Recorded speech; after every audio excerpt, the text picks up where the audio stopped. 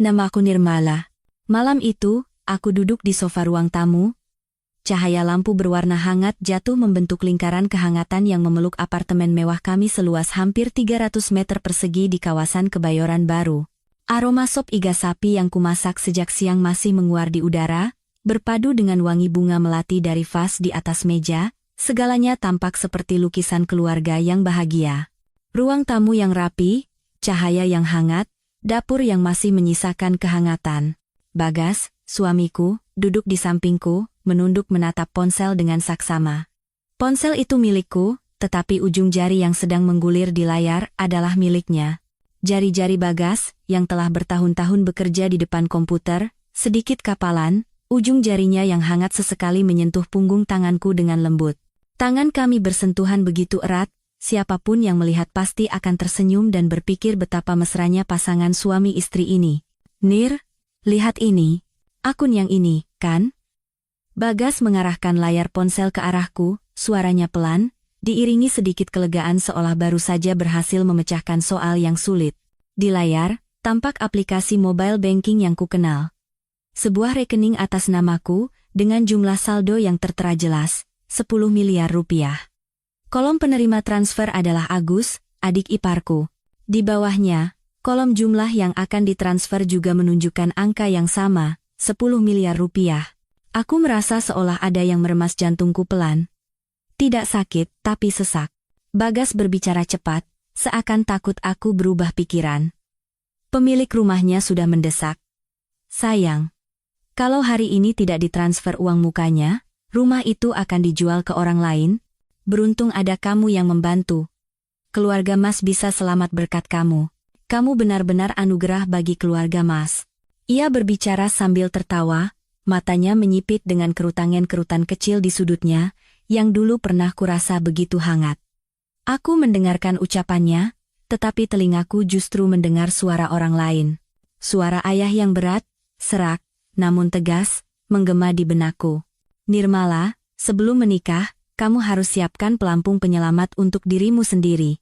Ayah bukan tidak percaya pada Bagas, tapi ayah tidak percaya pada hati manusia saat dihadapkan pada uang dan kesulitan. Uang 10 miliar dan apartemen ini adalah keringat dan air mata, ibumu. Urus surat-suratnya sebagai harta bawaanmu. Anggap saja seperti membeli sekoci penyelamat. Lebih baik tidak terpakai, tapi saat dibutuhkan, itu akan menyelamatkan nyawamu. Hari ketika ayah mengatakan itu, aku mengerutkan kening. Ayah selalu berpikir negatif. Bagas itu orang yang baik sekali, tetapi pada akhirnya, aku menuruti nasihat ayah. Aku diam-diam pergi ke kantor pertanahan bersama ayah untuk mendaftarkan semuanya.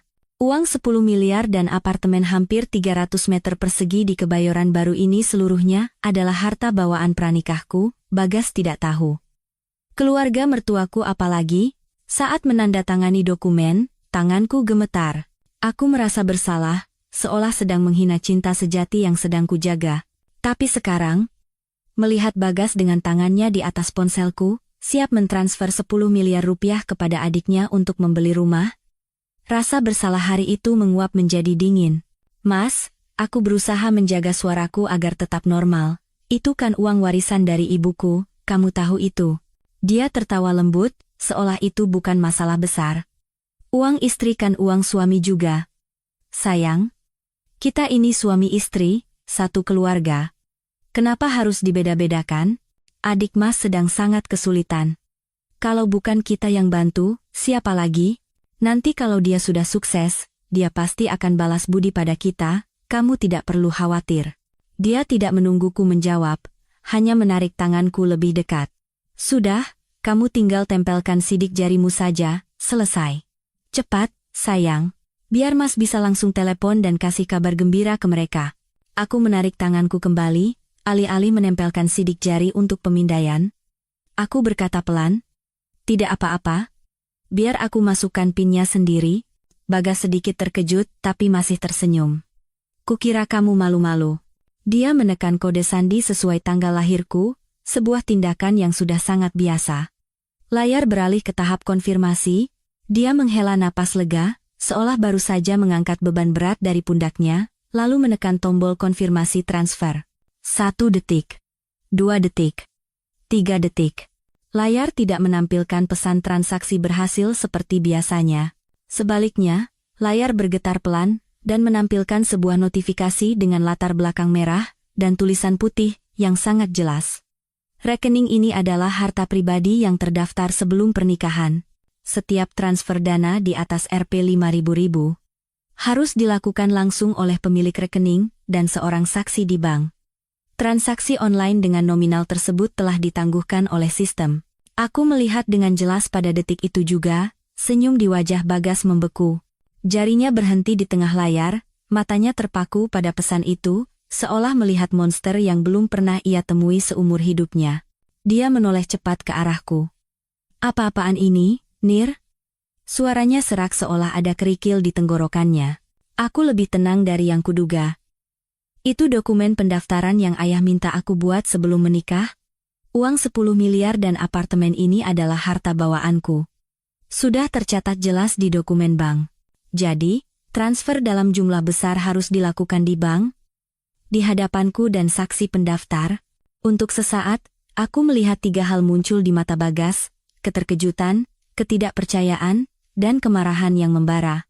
Dia merebut ponsel dari tanganku, membaca notifikasi itu lagi seolah berharap huruf-hurufnya akan berubah sendiri, tapi tulisan itu tetap sama. Jelas dan dingin, Bagas mengangkat wajahnya, menatapku tajam. Kamu mendaftarkan harta bawaan di belakangku? Dia tidak lagi memanggilku, sayang. Aku menarik napas dalam-dalam, dalam hati menyuruh diriku sendiri untuk tetap tenang. Sudah waktunya kan? Ayahku yang memintanya. Beliau takut jika terjadi apa-apa, aku akan dirugikan. Bagas tertawa, tapi itu bukan tawa yang kukenal. Tawa itu kering dan pahit, hebat sekali. Jadi, aku di mata ayahmu itu apa? Orang luar, bajingan yang mengincar harta kalian? Aku terdiam. Pikiranku melayang ke masa-masa beberapa tahun lalu. Hari-hari saat Bagas menjemputku, tak peduli hujan atau panas. Saat dia begadang memijat tanganku dan memasakkan bubur ketika aku sakit. Malam saat kami duduk memeluk lutut di balkon apartemen lama kami, berbicara tentang masa depan, dulu aku sangat yakin telah menemukan cinta sejati. Mungkin karena keyakinan itulah, hari saat aku berdiri di depan petugas pendaftaran, aku merasa sangat bersalah. Tapi sekarang, menatap pria di hadapanku, suami yang selama setahun terakhir dipuji semua orang sebagai suami idaman, wajahnya pucat pasi karena marah saat tidak mendapatkan uangku, rasa bersalah itu lenyap seperti asap. Dia membanting ponsel ke sofa dan langsung berdiri. Katakan padaku, kenapa? Kenapa kamu harus menyembunyikan ini dariku? Kamu anggap aku ini apa? Aku menatap lurus ke matanya. Ini uang peninggalan ibuku. Ayah ingin memastikan uang ini akan selalu menjadi milikku, apapun yang terjadi, hanya itu. Hanya itu? Hanya itu? Dia mengulang. Suaranya serak dan menekan setiap kata. Kamu takut aku dan keluargaku akan menipumu, kan? Tiba-tiba dia melangkah maju, mencengkeram pergelangan tanganku begitu erat hingga terasa sakit. Mas tanya sekali lagi. Kamu anggap Mas ini suamimu atau tidak? Atau dari awal sampai akhir, Mas dan seluruh keluarga Mas ini hanyalah benalu di mata kalian? Untuk pertama kalinya sejak menikah, aku mendengarnya mengumpat. Ayahmu benar-benar penuh perhitungan, hebat sekali bapak dan anak ini. Umpatan itu seperti tamparan keras di wajahku. Sesuatu di dalam dadaku retak dan hancur berkeping-keping. Aku sadar, pada saat pria ini melontarkan kata-kata itu, cinta sejati telah mati. Aku menarik tanganku darinya, suaraku serak tapi tidak bergetar. Bagas, ini harta bawaan dari ibuku. Aku tidak akan pernah memberikan semuanya untuk adikmu membeli rumah. Kalau mau membantu, kita bantu sesuai kemampuan, bukan mempertaruhkan segalanya. Dia menatapku lama, matanya yang dulu hangat kini gelap seolah tertutup lapisan es. Baik. Kalau begitu, mulai sekarang kita harus jelas, kamu simpan milikmu, jangan salahkan Mas, kalau nanti Mas juga tidak sungkan padamu. Setelah berkata begitu, dia menyambar jaket yang tergantung di kursi, menendang sandal di dekatnya hingga terlempar, dan berjalan lurus ke arah pintu. Pintu dibanting dengan keras. Suara blam menggema di apartemen yang luas. Gema itu membawaku kembali ke masa lalu, ke hari sebelum pernikahan, ketika ayah memanggilku ke ruang kerjanya. Beliau meletakkan sebuah map coklat yang sudutnya sedikit usang di hadapanku. Nirmala, duduklah. Ada yang ingin ayah bicarakan. Saat itu, aku tidak tahu bahwa map itu adalah satu-satunya tali yang akan membuatku tetap berdiri di tengah badai yang akan datang. Map coklat itu tergeletak diam di atas meja kayu tua, sudutnya melengkung karena berkali-kali dipegang ayah. Sinar matahari sore menembus jendela, menyorot kerutan di sudut mata ayah, yang tampak semakin dalam dan lelah. Beliau menggeser kursinya mendekat. Suaranya pelan. Duduklah, nak. Ayah akan bicara tentang sesuatu yang mungkin membuatmu marah, tapi ayah harus mengatakannya. Aku duduk di seberangnya, merasa sayang sekaligus jengkel. Persiapan pernikahan sedang semarak. Keluarga kami sudah bertemu beberapa kali, semua orang memuji Bagas sebagai pria yang baik, sopan, dan tahu sopan santun. Ayah ikut tertawa bersama mereka, tapi aku tahu, di matanya selalu ada jejak kekhawatiran yang tersembunyi. Kamu sudah dewasa, ayah tidak bisa lagi mencampuri hidupmu. Ayah menyalakan sebatang rokok, tangannya sedikit gemetar. Belum sempat diisap, beliau mematikannya lagi. Tapi ada dua hal yang harus ayah jaga untukmu, hidupmu dan jalan keluarmu di masa depan. Kehilangan suami masih bisa cari lagi, tapi kalau kehilangan uang, rumah, dan harga diri, kamu mau kembali kemana? Aku tertawa, berusaha berbicara dengan lembut. Ayah, jangan bicara yang seram-seram begitu. Aku dan Bagas sudah pacaran bertahun-tahun, aku kenal dia mulai dari nol, orangnya baik hati, bukan mata duitan. Ayah mengangkat wajahnya, menatapku dengan tatapan yang anehnya sedih. Ayah tidak bilang Bagas orang jahat. Kalau dia jahat, ayah pasti sudah melarangmu dari awal. Dia pekerja keras, pandai bergaul, itu ayah akui. Tapi, nak, justru orang pintar itu yang paling mudah goyah ketika berada di antara bakti dan uang. Jangan lupa, di belakangnya ada keluarga sederhana, ada satu klan yang melihatmu seperti sekoci penyelamat. Beliau mendorong map itu ke arahku, suaranya memberat. Ibumu meninggalkan uang 10 miliar, dan apartemen ini bukan untuk kamu jadikan jaminan hidup satu keluarga besar, ini adalah tempatmu untuk mundur. Tempat di mana ayah dan ibumu bisa tenang melihatmu. Ayah sudah minta teman untuk menyiapkan dokumennya. Besok, saat kamu dan Bagas izin mengurus persiapan nikah, pergilah ke kantor pertanahan bersama ayah. Daftarkan 10 miliar dan apartemen ini sebagai harta bawaan pranikahmu, nama suamimu tidak akan terlibat. Mungkin kamu merasa ayah berlebihan, tapi tolong, lakukan ini untuk ayah. Anggap saja agar ayah bisa tidur nyenyak. Aku menatap map itu, hatiku bimbang.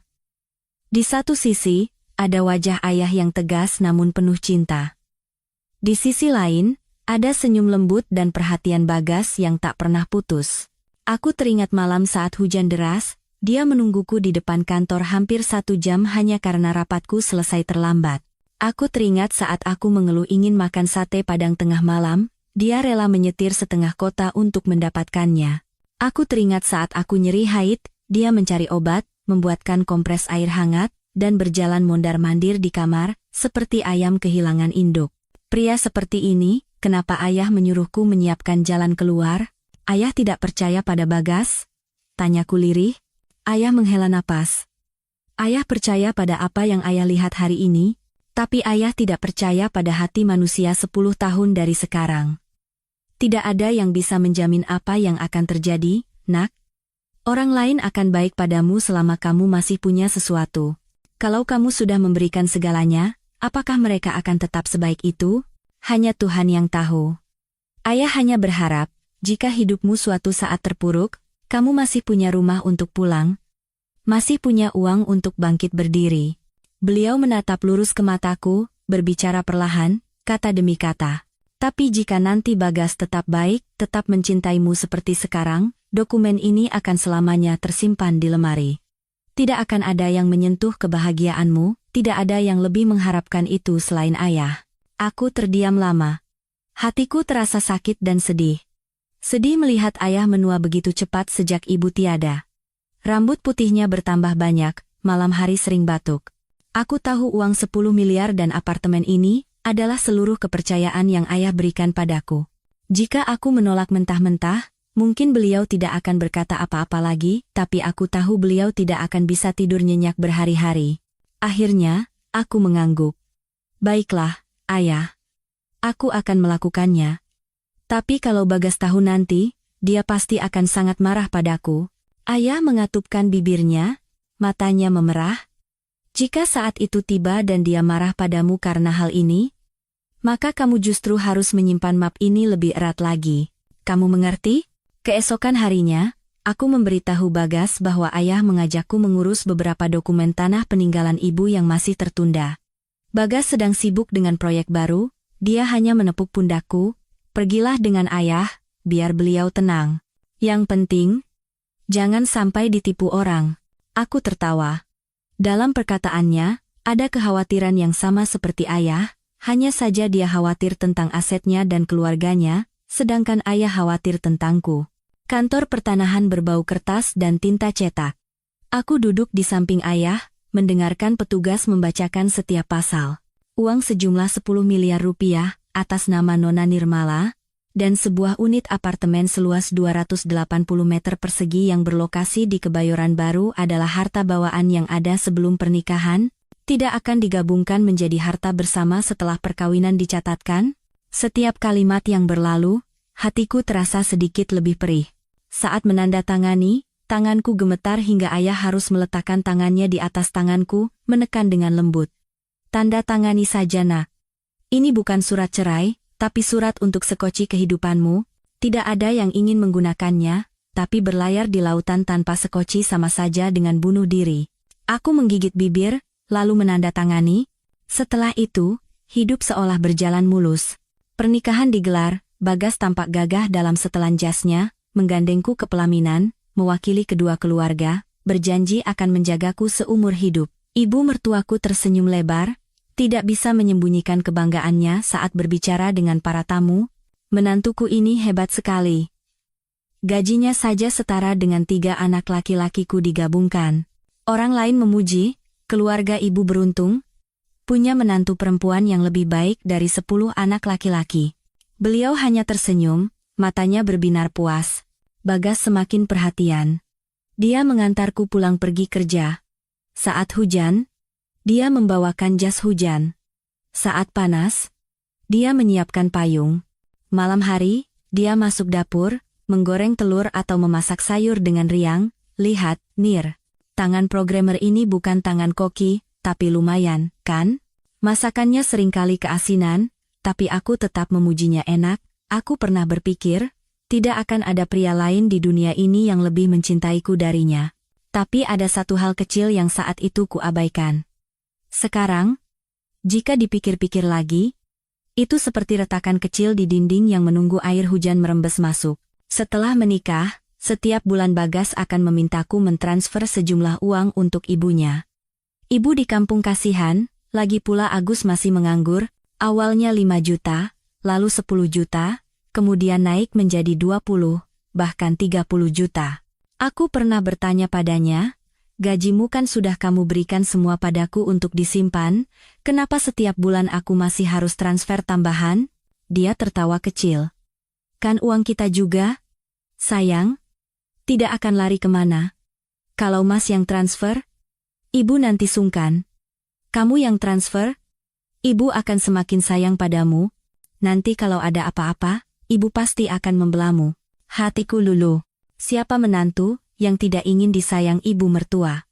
Aku berpikir sederhana, bisa membantu ya bantu saja, toh bukan orang lain. Uang di rumahku sendiri saja aku tidak sayang, apalagi untuk keluarga suami. Hingga malam ini, pintu tertutup di belakang Bagas. Seluruh apartemen menjadi sunyi senyap menakutkan. Suara dengungan kulkas, detak jam yang ritmis. Aroma sop iga di atas kompor sudah mendingin. Perlahan aku mengambil ponselku, melihat notifikasi transfer yang ditangguhkan. Pesan kaku dari bank itu seolah berubah menjadi tangan ayah yang menepuk pundakku. Lihat kan? Nak, ayah tidak ingin kalian bercerai, ayah hanya takut, saat kamu butuh pertolongan, di sisimu tidak ada apa-apa selain tangan kosong.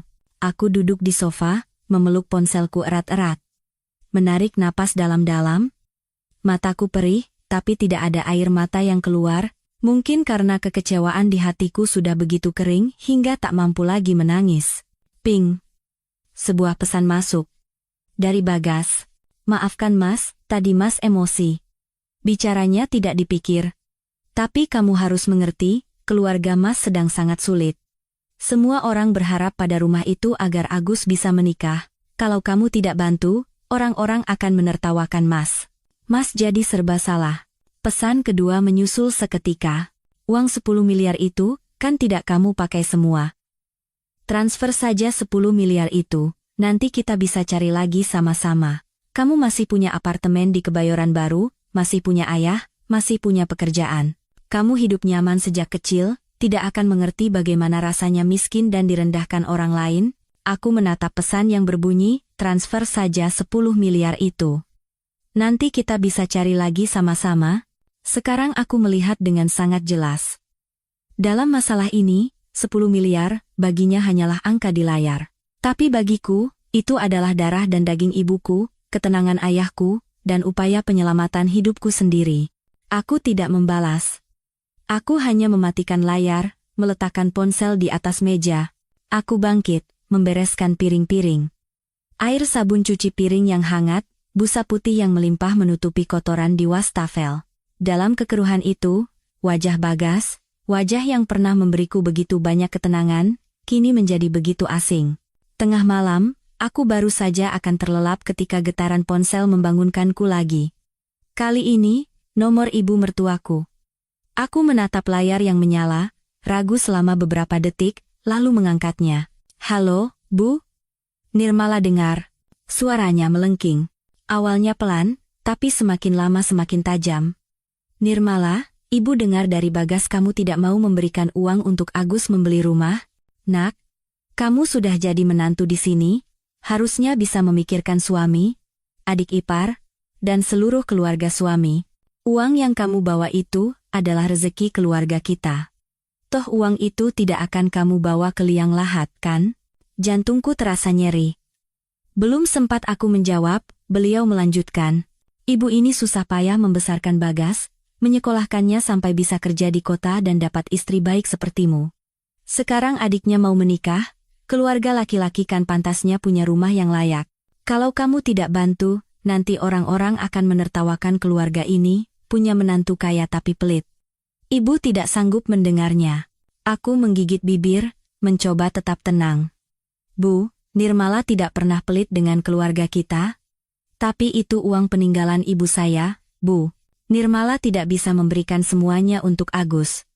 Itu tabungan seumur hidup almarhumah. Pihak seberang hening sejenak, lalu suaranya meninggi. Maksudmu bicara begitu apa? Kamu menuduh keluarga ibu miskin dan mau menipumu? Coba kamu pikir. Selama setahun ini bagaimana Bagas memperlakukanmu? Kalau dia tidak sayang, tidak cinta, apa kamu bisa duduk di sana berdebat dengan ibu soal uang receh? Aku merasa ada yang mengganjal di tenggorokanku. Aku langsung mengerti. Bukan hanya Bagas, tapi seluruh keluarga mertuaku sudah lama menganggapku sebagai dompet berjalan. Percakapan berakhir dengan canggung. Aku tidak membantah, hanya mengucapkan satu kalimat.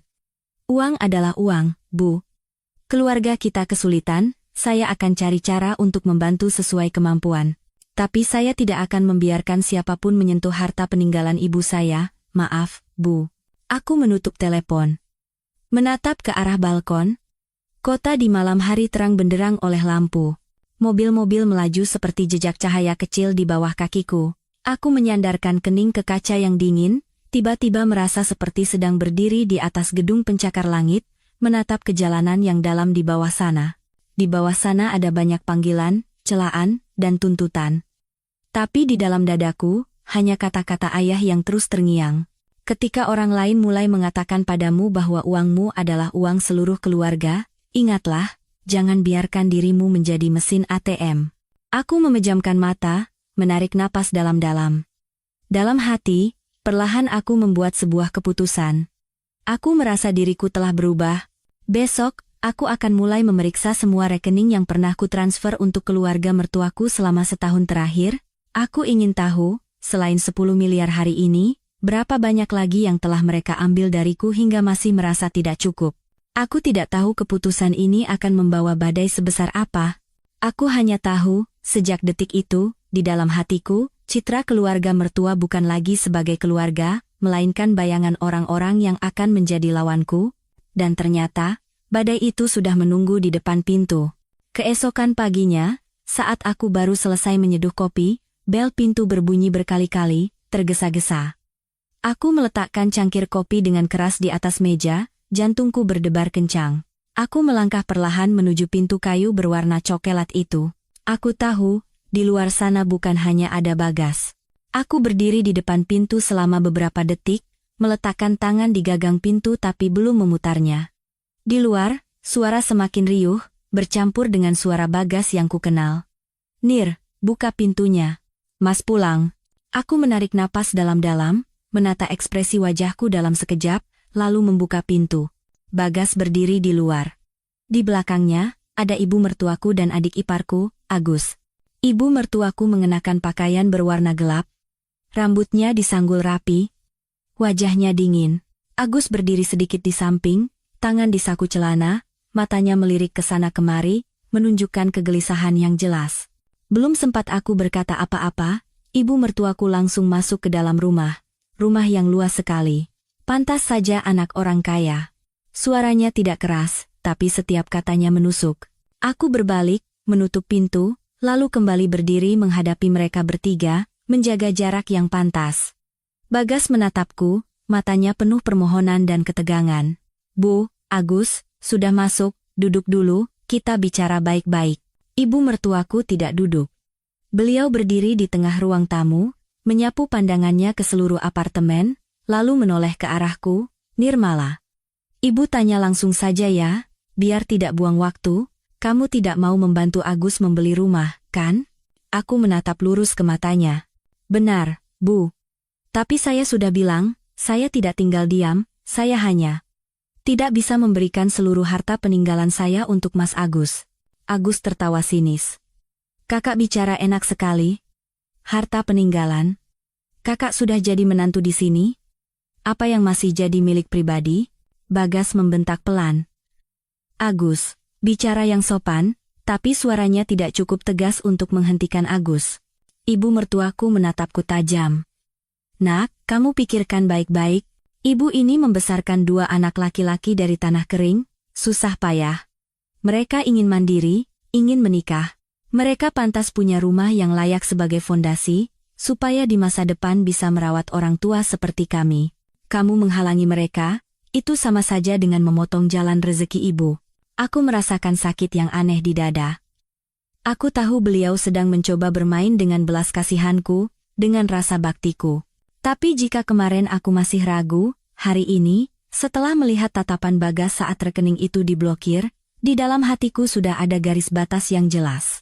"Bu, saya tidak menghalangi rezeki siapapun, saya siap membantu sebatas kemampuan saya, tapi saya tidak bisa mentransfer seluruh uang peninggalan ibu saya untuk Agus. Apartemen ini juga satu-satunya rumah saya." Ibu mertuaku tertawa mengejek. "Rumahmu? Maksudmu apa?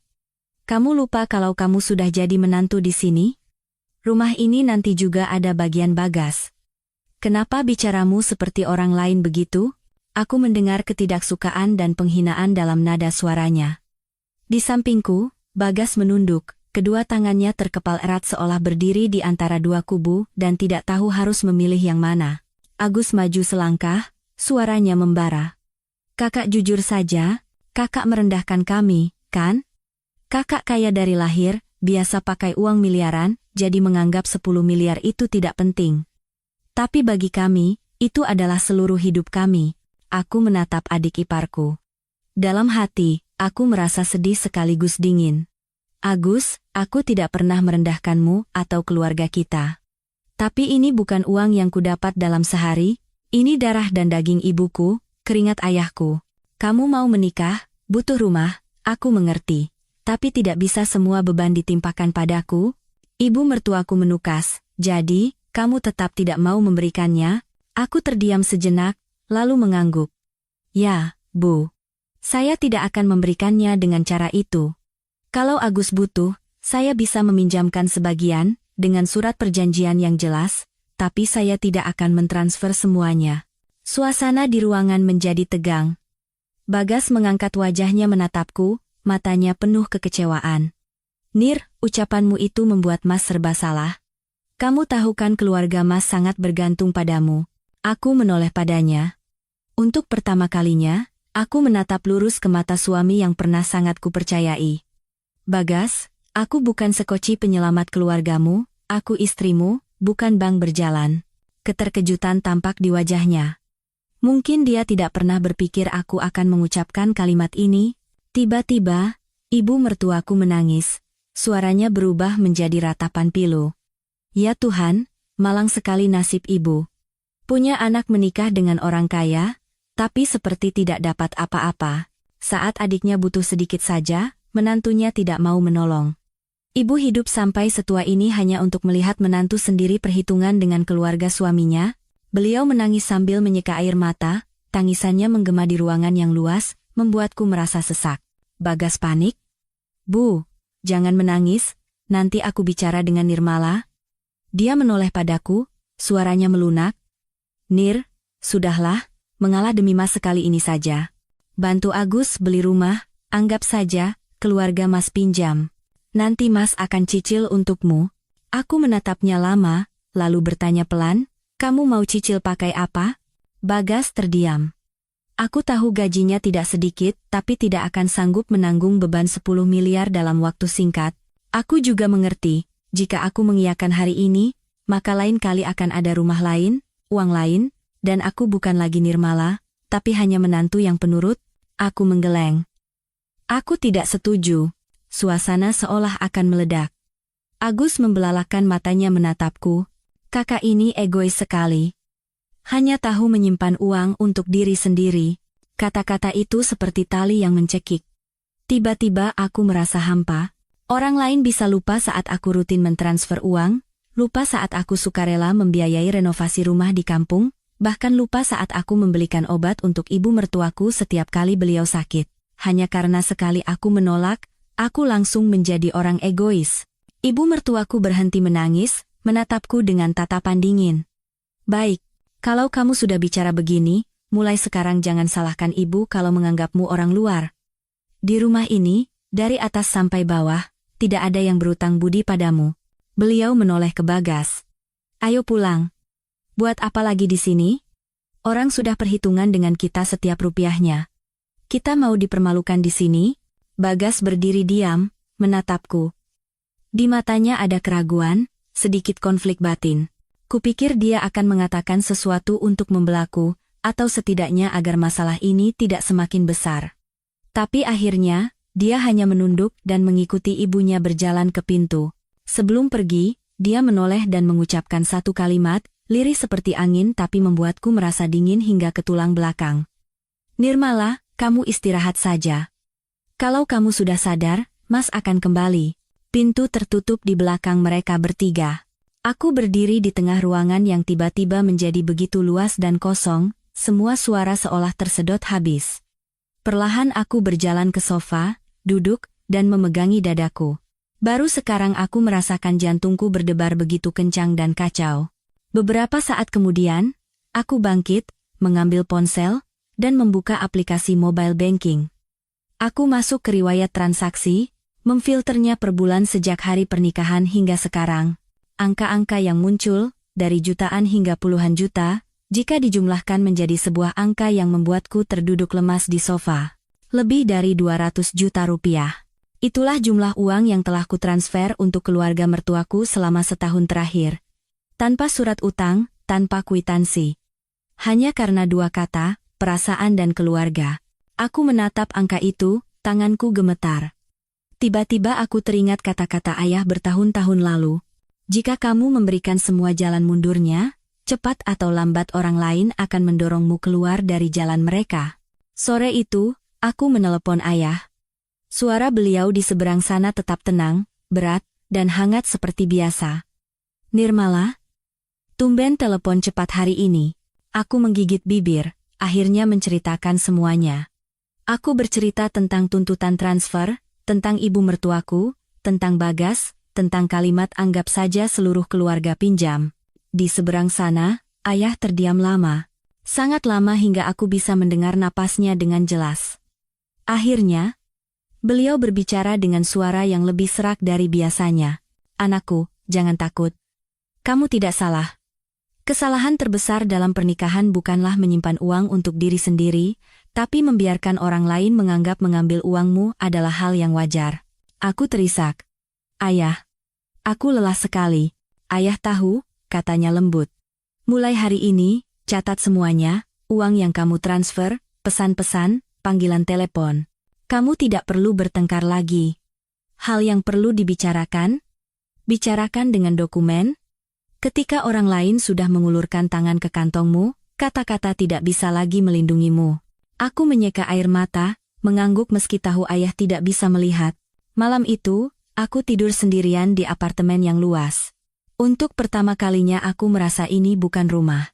Ini hanyalah tempat perlindunganku di tengah badai yang akan datang. Dalam tidur yang tak nyenyak, aku bermimpi melihat diriku berdiri di jalan yang panjang. Di depan, bayangan Bagas perlahan menghilang di dalam kabut. Aku memanggilnya, tapi dia tidak menoleh. Keesokan paginya, saat membuka mata, aku sadar betul. Mulai hari ini, aku bukan lagi menantu yang hanya diam dan mengalah. Dan apa yang akan dimulai ini, hanyalah awal dari sebuah konfrontasi yang tak terhindarkan. Pagi itu, aku bangun lebih awal dari biasanya. Apartemen sunyi senyap. Tidak ada suara langkah kaki Bagas di dapur, tidak ada aroma kopi yang biasa ia seduh untukku setiap pagi. Aku berdiri di depan cermin wastafel, menatap wajahku yang pucat dengan lingkaran hitam di bawah mata karena kurang tidur semalaman. Tapi di mata itu, aku melihat sesuatu yang semakin jelas, bukan lagi kepasrahan, melainkan kewaspadaan. Aku menyeduh kopi seperti biasa. Suara air panas yang mengalir melalui bubuk kopi mendesis, aromanya menyebar. Tapi di hatiku, tidak ada rasa nyaman sedikit pun. Aku membawa cangkir kopi, duduk di meja, dan membuka buku catatan kecil, mulai mencatat semua jumlah uang yang telah kutransfer untuk keluarga mertuaku selama setahun terakhir, membandingkannya dengan riwayat bank di ponsel. Setiap angka muncul dengan dingin. 215 juta rupiah, itulah jumlah uang yang telah kuberikan dengan sukarela, tanpa pernah menuntut janji pengembalian. Menjelang siang, ponselku bergetar. Nomor Bagas. Aku menatap layar selama beberapa detik, lalu mengangkatnya. Nirmala, ini Mas. Suaranya di seberang sana terdengar lelah, lebih pelan dari biasanya. Tadi malam Mas tidur di rumah. Ibu marah besar, tidak mau makan. Nir, bisa kita bertemu? Kita bicara baik-baik.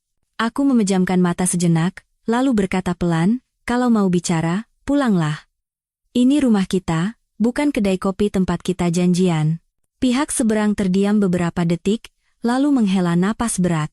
Nir, bisakah kamu sedikit menurunkan egomu? Masalahnya sudah sepanas ini, apa kamu masih mau membuat semua orang kehilangan muka? Aku tertawa sinis. Siapa yang kehilangan muka? Aku, atau keluargamu? Dari awal sampai akhir, yang paling kehilangan muka adalah aku, yang dianggap brankas oleh seluruh keluargamu. Bagas mencoba menahan suaranya. Jangan bicara sekasar itu. Coba posisikan dirimu di tempat Mas. Ibu membesarkan kami dengan susah payah, kamu tahu itu. Sekarang Agus mau menikah, kalau tidak punya rumah, orang lain akan memandang rendah keluarga kami. Aku menggenggam cangkir kopi dengan erat, lalu aku punya keluarga, punya ayah, punya almarhumah ibu. Nama baikku, keselamatanku, apa pernah kamu timbang di neraca yang sama? Dia terdiam. Keheningan itu membuatku mengerti bahwa jawaban di hatinya sudah jelas. Aku melanjutkan. Suaraku tidak lagi bergetar. Pulanglah. Kalau kamu masih menganggapku istri, pulanglah ke sini. Kita bicara sampai tuntas sekali ini. Beberapa saat kemudian, dia menjawab singkat, nanti sore Mas pulang. Aku menutup telepon. Duduk termenung menatap ke arah balkon. Kota belum terlalu panas, sinar matahari menyinari gedung-gedung tinggi seperti balok-balok beton yang dingin. Hatiku pun tak kalah dingin. Sekitar pukul 3 sore, bel pintu berbunyi. Aku berjalan membukakan pintu. Bagas berdiri sendirian. Kemejanya kusut. Wajahnya lelah. Ada sedikit sisa janggut yang belum dicukur. Dia masuk ke dalam rumah, melihat sekeliling seolah ini pertama kalinya ia datang ke apartemen ini. Aku menuangkan segelas air dingin, meletakkannya di meja di hadapannya.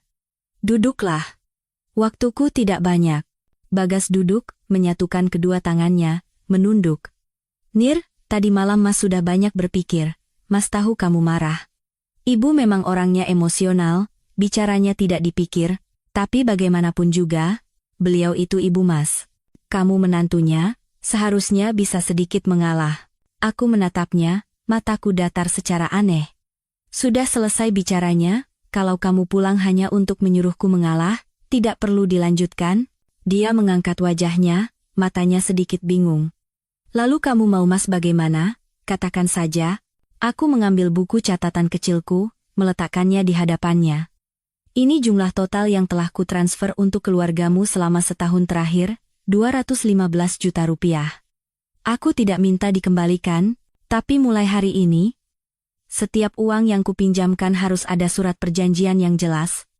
Dan soal 10 miliar itu, jangan pernah kamu sebut lagi. Bagas menatap angka di buku catatan, wajahnya sedikit terkejut. Sebanyak ini, aku tertawa getir. Kamu tidak tahu? Atau kamu tidak pernah peduli berapa yang kuberikan, hanya peduli berapa yang tersisa untuk diberikan? Dia terdiam sejenak, lalu menghela napas. Nir, Mas tidak menyangkal kalau keluarga Mas bergantung padamu, tapi kamu lihat sendiri kan, berkat uang itu, Ibu bisa hidup lebih nyaman. Agus punya modal usaha. Sekarang tinggal rumah, dia akan mapan. Aku menatap lurus ke matanya. Mapan untuk siapa? Untuk Agus? Untuk ibumu? Lalu aku? Aku menikah denganmu untuk menjadi fondasi bagi seluruh keluargamu. Bagas langsung berdiri, suaranya mulai meninggi. Bicaramu itu merendahkan keluarga Mas. Mas ini suamimu. Saat Mas kesulitan, kalau kamu tidak bantu, siapa lagi?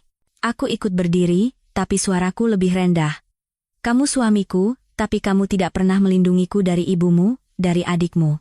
Kamu membiarkan mereka masuk ke rumah ini, mengintimidasi aku, memaksaku mentransfer uang.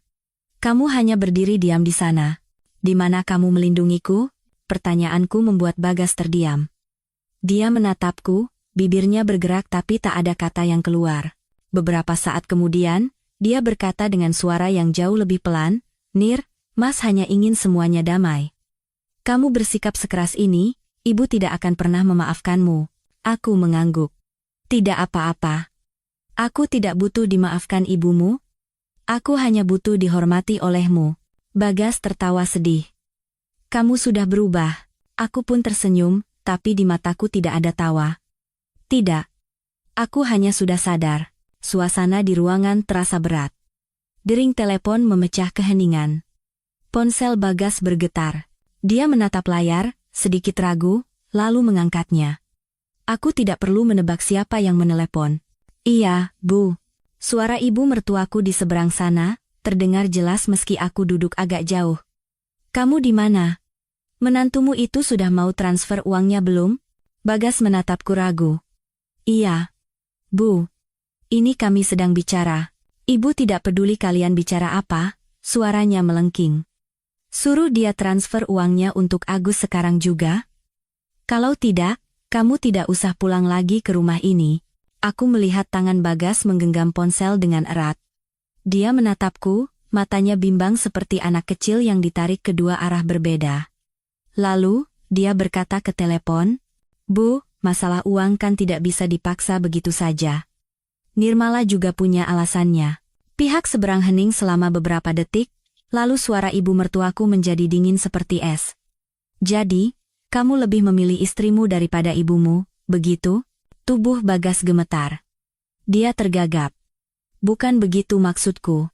Aku berjalan mendekat, mengambil ponsel dari tangannya dengan lembut, menempelkannya ke telingaku. Halo. Bu. Ini Nirmala. Suaranya langsung berubah sinis. Oh, menantu emas, kamu mau menghancurkan keluarga ini sampai mana baru puas? Aku menarik napas dalam-dalam, setiap kata kuucapkan dengan perlahan dan jelas. Saya tidak menghancurkan keluarga siapapun. Saya hanya melindungi apa yang menjadi milik saya. Sebesar apapun ibu menyayangi anak ibu, saya tidak melarang, tapi saya tidak punya kewajiban menanggung masa depan adik ipar saya dengan seluruh harta saya. Pihak seberang terdiam beberapa saat, lalu berkata dengan dingin, "Bagus, kamu hebat sekali. Anggap saja keluarga ini memelihara ular di dalam rumah. Mulai hari ini, ibu tidak punya menantu bernama Nirmala lagi." Aku menjawab dengan tenang. "Baik, Bu. Saya mengerti." Lalu aku menutup telepon, mengembalikan ponsel itu pada Bagas. Dia berdiri terpaku seperti patung. Beberapa saat kemudian, dia menatapku. Suaranya serak. "Kamu baru saja memutuskan hubungan dengan ibuku secara total?" Aku menatap lurus ke matanya. "Tidak. Aku hanya memotong jalur yang digunakan orang lain untuk memeras dan memaksaku." Bagas terduduk lemas di sofa, kedua tangannya memegangi kepala. Aku menatapnya, hatiku tidak lagi sesakit sebelumnya. Yang tersisa hanyalah rasa lelah yang mendalam. Pria ini, yang pernah menjadi sandaranku, kini berubah menjadi anak kecil yang terjebak di antara dua sisi tanggung jawab. Malam itu, saat langit mulai gelap, Bagas meninggalkan apartemen. Dia tidak bilang mau kemana, aku pun tidak bertanya. Saat pintu tertutup, aku berdiri di tengah ruang tamu untuk waktu yang lama. Tidak menangis, tidak sedih, hanya merasa hampa yang aneh. Tengah malam, aku menerima pesan dari Agus. Hanya satu kalimat singkat. "Kakak lihat saja, kakak sudah membuat keluargaku putus asa. Aku tidak akan membiarkan kakak tenang." Aku menatap pesan itu, tanganku terasa dingin. Aku mengerti, mulai detik ini bukan lagi sekadar konflik keluarga. Masalahnya telah bergeser ke arah lain yang lebih gelap dan mengancam. Aku mematikan ponsel, menarik tirai. Kegelapan di luar begitu pekat, seolah menandakan masa-masa yang tidak tenang menanti di depan. Malam setelah pesan dari Agus, aku hampir tidak bisa tidur. Aku berbaring menatap langit-langit, mendengar detak jantungku sendiri di dada, berat dan teratur, seperti suara ketukan di pintu yang tertutup rapat. Aku tidak takut pada ancaman itu, tapi yang membuatku semakin dingin adalah kenyataan bahwa aku tidak lagi memiliki kepolosan sedikitpun terhadap keluarga ini. Keesokan paginya, aku mengambil cuti sehari. Aku tidak punya konsentrasi untuk duduk di depan komputer, mengetik angka-angka. Pikiranku penuh dengan pertanyaan tanpa jawaban. Aku berganti pakaian santai, turun ke tempat parkir, dan mengendarai mobil kecilku langsung ke rumah ayah. Rumah tua itu masih sama. Atap abu-abu, pohon bougainville di depan pintu yang mekar merah cerah. Ayah sedang menyapu halaman. Mendengar suara mobil, beliau mengangkat wajah, tertegun sejenak melihatku. "Tumben pulang cepat, Nak." Aku turun dari mobil, menatapnya. Tenggorokanku tercekat. "Ayah, aku lelah sekali. Izinkan aku duduk bersama ayah sebentar." Beliau meletakkan sapu, menyandarkannya di dinding. Tidak bertanya apa-apa lagi, hanya mengangguk pelan. "Masuklah, Nak." Di dapur kecil, ayah menuangkan teh hangat untukku. Uapnya mengepul, aroma yang akrab itu membuat mataku perih. Aku menceritakan kejadian kemarin, dari percakapan dengan Bagas hingga telepon dengan ibu mertuaku, sampai pesan dari Agus. Aku bercerita pelan, setiap detailnya. Ayah mendengarkan tanpa menyela, hanya sesekali menghela napas pelan. Ketika aku selesai, ayah terdiam lama.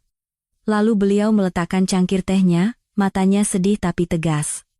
"Nak, masalahnya sudah sampai di titik ini," ayah akan bicara terus terang. "Pernikahanmu sedang berada di ujung tanduk. Kalau kamu terus mengalah, talinya akan putus di pihakmu." Aku menunduk. Aku juga sudah merasakannya, ya. Tapi aku masih merasa sayang. Bagaimanapun, aku sudah bersamanya bertahun-tahun. Ayah menatapku, suaranya memberat. "Nirmala, menyayangkan orang yang tidak melindungimu, tidak berdiri di sisimu saat kamu dihina, nantinya rasa sayang itu akan berubah menjadi penyesalan. Ayah tidak menghasutmu untuk meninggalkan suamimu, tapi jika kamu tetap di sana, kamu harus siap dengan segala kemungkinan, dan yang terpenting, kamu harus melindungi dirimu sendiri dulu." Beliau bangkit, membuka lemari kayu, dan mengeluarkan sebuah map dokumen. "Ini semua surat rumah, sertifikat tanah, dokumen pendaftaran harta bawaanmu, ayah masih simpan lengkap. Bawa pulang, simpan di tempat aman, Jangan percaya siapapun, termasuk suamimu. Tanganku gemetar saat menerima map itu. Aku mengangguk tanpa berkata apa-apa lagi. Sore harinya, saat aku baru tiba di apartemen, manajer gedung menelepon. Ibu Nirmala, tadi ada seorang pria yang datang menanyakan data apartemen ibu, mengaku sebagai adik ipar. Saya lihat tidak sesuai prosedur, jadi tidak saya berikan informasinya. Mohon berhati-hati ya, Bu. Mendengarnya, aku merasa dingin dari ujung kepala sampai ujung kaki. Berarti Agus sudah mulai bertindak, bukan sekadar ancaman kosong. Malam harinya, Bagas pulang. Dia tampak lelah, matanya menghindari tatapanku, aku sedang merapikan dokumen di atas meja. Melihat itu, dia tertegun, sedang apa? Aku tidak mengangkat wajah. Merapikan dokumenku. Dia menatap map di atas meja, tatapannya sedikit berubah. Dokumen apa? Dokumen rumah, harta bawaanku. Suasana menjadi sunyi. Bagas menarik kursi, duduk di seberangku. Suaranya melunak. Nir, soal ucapan ibu kemarin, jangan dimasukkan ke hati. Ibu memang orangnya emosional, itu saja. Tidak ada niat jahat. Aku selesai merapikan dokumen, lalu mengangkat wajah menatapnya. Kalimat itu sudah bosanku dengar. Bagas terdiam sejenak. Lalu dia berkata, Agus sedang dikejar-kejar penagih utang. Dia pinjam uang untuk uang muka rumah. Sekarang tidak ada uang untuk mengembalikan, mereka mau menyita. Kalau kamu tidak bantu, dia bisa kena masalah besar. Aku menatapnya, hatiku tiba-tiba dingin. Jadi, masalah beli rumah ini bukan hanya kekurangan uang, tapi sudah meminjam lebih dulu. Dia menunduk. Iya. Aku tertawa kecil, tawa yang getir. Bagas, kalian merencanakan hal sebesar ini tanpa pernah bertanya pendapatku. Begitu masalah muncul, kalian kembali dan memaksaku menanggung akibatnya. Menurutmu itu adil untukku? Bagas tidak bisa menjawab. Dia hanya duduk di sana, kedua tangannya terkepal. Aku berdiri, aku beritahu kamu dengan jelas. Aku tidak akan memberikan 10 miliar itu, dan jika Agus masih mencoba mengganggu asetku, aku akan lapor polisi. Aku tidak akan sungkan lagi. Bagas langsung mengangkat wajahnya. Kamu tega melakukan itu pada adikku? Aku menatap lurus ke matanya.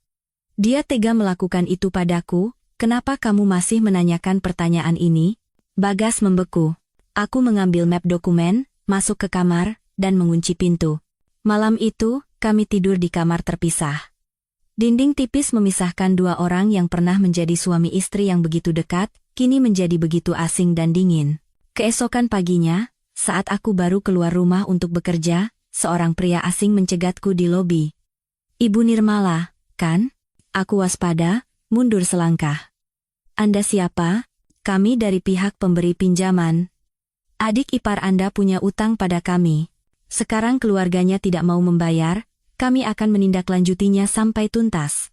Aku menatap pria itu, berkata dengan nada tenang. Siapa yang berutang? Dia yang membayar. Saya tidak ada urusannya. Dia tersenyum sinis. Tidak ada urusannya? Kami dengar Anda punya aset yang banyak. Jantungku berdebar kencang. Aku mengerti sekarang. Agus tidak hanya mengancam kosong, dia telah menyeret orang-orang berbahaya ini ke dalam hidupku. Aku tidak berkata apa-apa lagi, berbalik dan berjalan pergi. Sepanjang hari itu, aku bekerja dalam kondisi tegang seperti tali yang ditarik kencang. Sore harinya, manajer perusahaan memanggilku ke ruangannya, mengatakan ada orang yang mencariku dengan gerak-gerik yang tidak ramah. Aku tahu badai itu benar-benar sudah sampai di depan pintu. Malamnya, aku pulang lebih awal, Bagas belum kembali. Aku segera mengemasi beberapa pakaian penting, mengambil map dokumen penting, surat-surat pribadi, lalu menyeret koper ke arah pintu. Saat aku baru saja akan mengunci pintu, Bagas berlari pulang. Melihat koper, dia tertegun. Kamu mau kemana? Aku menatapnya, hatiku berat seperti batu. Aku akan tinggal di rumah ayah beberapa hari, di sini sudah tidak aman. Bagas memegang tanganku. Nir, jangan perburuk keadaan. Kamu pergi sekarang sama saja dengan menyatakan perang pada keluargaku. Aku menarik tanganku, suaraku sangat pelan. Bukan aku yang menyatakan perang, tapi kalian semua yang mendorongku ke titik di mana aku harus melindungi diriku sendiri. Aku menyeret koper, pergi tanpa menoleh ke belakang. Aku mendengar Bagas memanggil namaku, tapi kali ini, suaranya tidak punya kekuatan untuk menahanku lagi.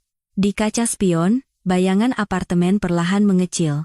Aku melihat dengan jelas, jalan di hadapanku akan sangat terjal, tapi meskipun takut, aku tidak bisa berbalik.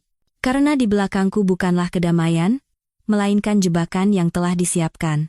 Malam pertama aku kembali ke rumah ayah setelah kekacauan berhari-hari, hujan turun mengetuk atap seng tua, bunyinya seperti ketukan ritmis di hatiku. Aku berbaring di kamar lamaku saat remaja, dinding yang dicat mulai memudar, meja belajar tua masih di dekat jendela. Semuanya masih sama, hanya aku yang tidak lagi sama. Ayah tidur di kamar luar, batuk pelan beberapa kali. Aku membuka pintu, berjalan keluar, dan membuatkan segelas air hangat untuknya. Beliau menatapku, matanya penuh kekhawatiran dan kasih sayang. Bisa tidur, nak? Aku menggeleng pelan, aku tidak apa-apa ya. Ayah jangan khawatir. Beliau terdiam sejenak, lalu berkata, ayah tahu kamu takut. Tapi sudah sampai di sini, kamu harus kuat. Semakin kamu lemah, orang lain akan semakin menjadi-jadi. Aku duduk di samping ayah, menunduk. Yang paling kutakutkan adalah mereka melakukan hal-hal gila. Aku tidak takut untuk diriku sendiri, aku hanya takut merepotkan ayah. Ayah meletakkan tangannya di pundakku, suaranya pelan tapi tegas. Kamu anak ayah. Siapapun yang mau menyakitimu harus melangkahi mayat ayah dulu. Kata-kata itu membuatku menangis, tapi itu adalah pertama kalinya, setelah berhari-hari aku merasa hatiku punya tempat untuk bersandar. Keesokan paginya, saat aku baru keluar dari gerbang rumah, telepon berdering. Nomor Bagas. Aku ragu cukup lama, lalu mengangkatnya. Halo, suaranya di seberang sana serak. Nir, kamu di rumah ayah? Iya. Kenapa kamu ke sana? Kamu membuat masalah ini semakin rumit. Aku tertawa kecil, tapi hatiku pahit. Kerumitan ini disebabkan oleh keluargamu, bukan aku. Bagas menghela napas. Agus diancam orang sampai di kontrakannya. Dia ketakutan dan kabur pulang kampung. Para penagih utang tidak bisa menemukannya, jadi mereka mencarimu. Aku menggenggam ponsel erat-erat. Lalu sekarang kamu meneleponku untuk apa? Memintaku membantu? Nir, bisakah kamu pinjamkan namamu untuk bernegosiasi dengan mereka? Katakan saja keluarga akan mencicil utangnya. Aku memotongnya.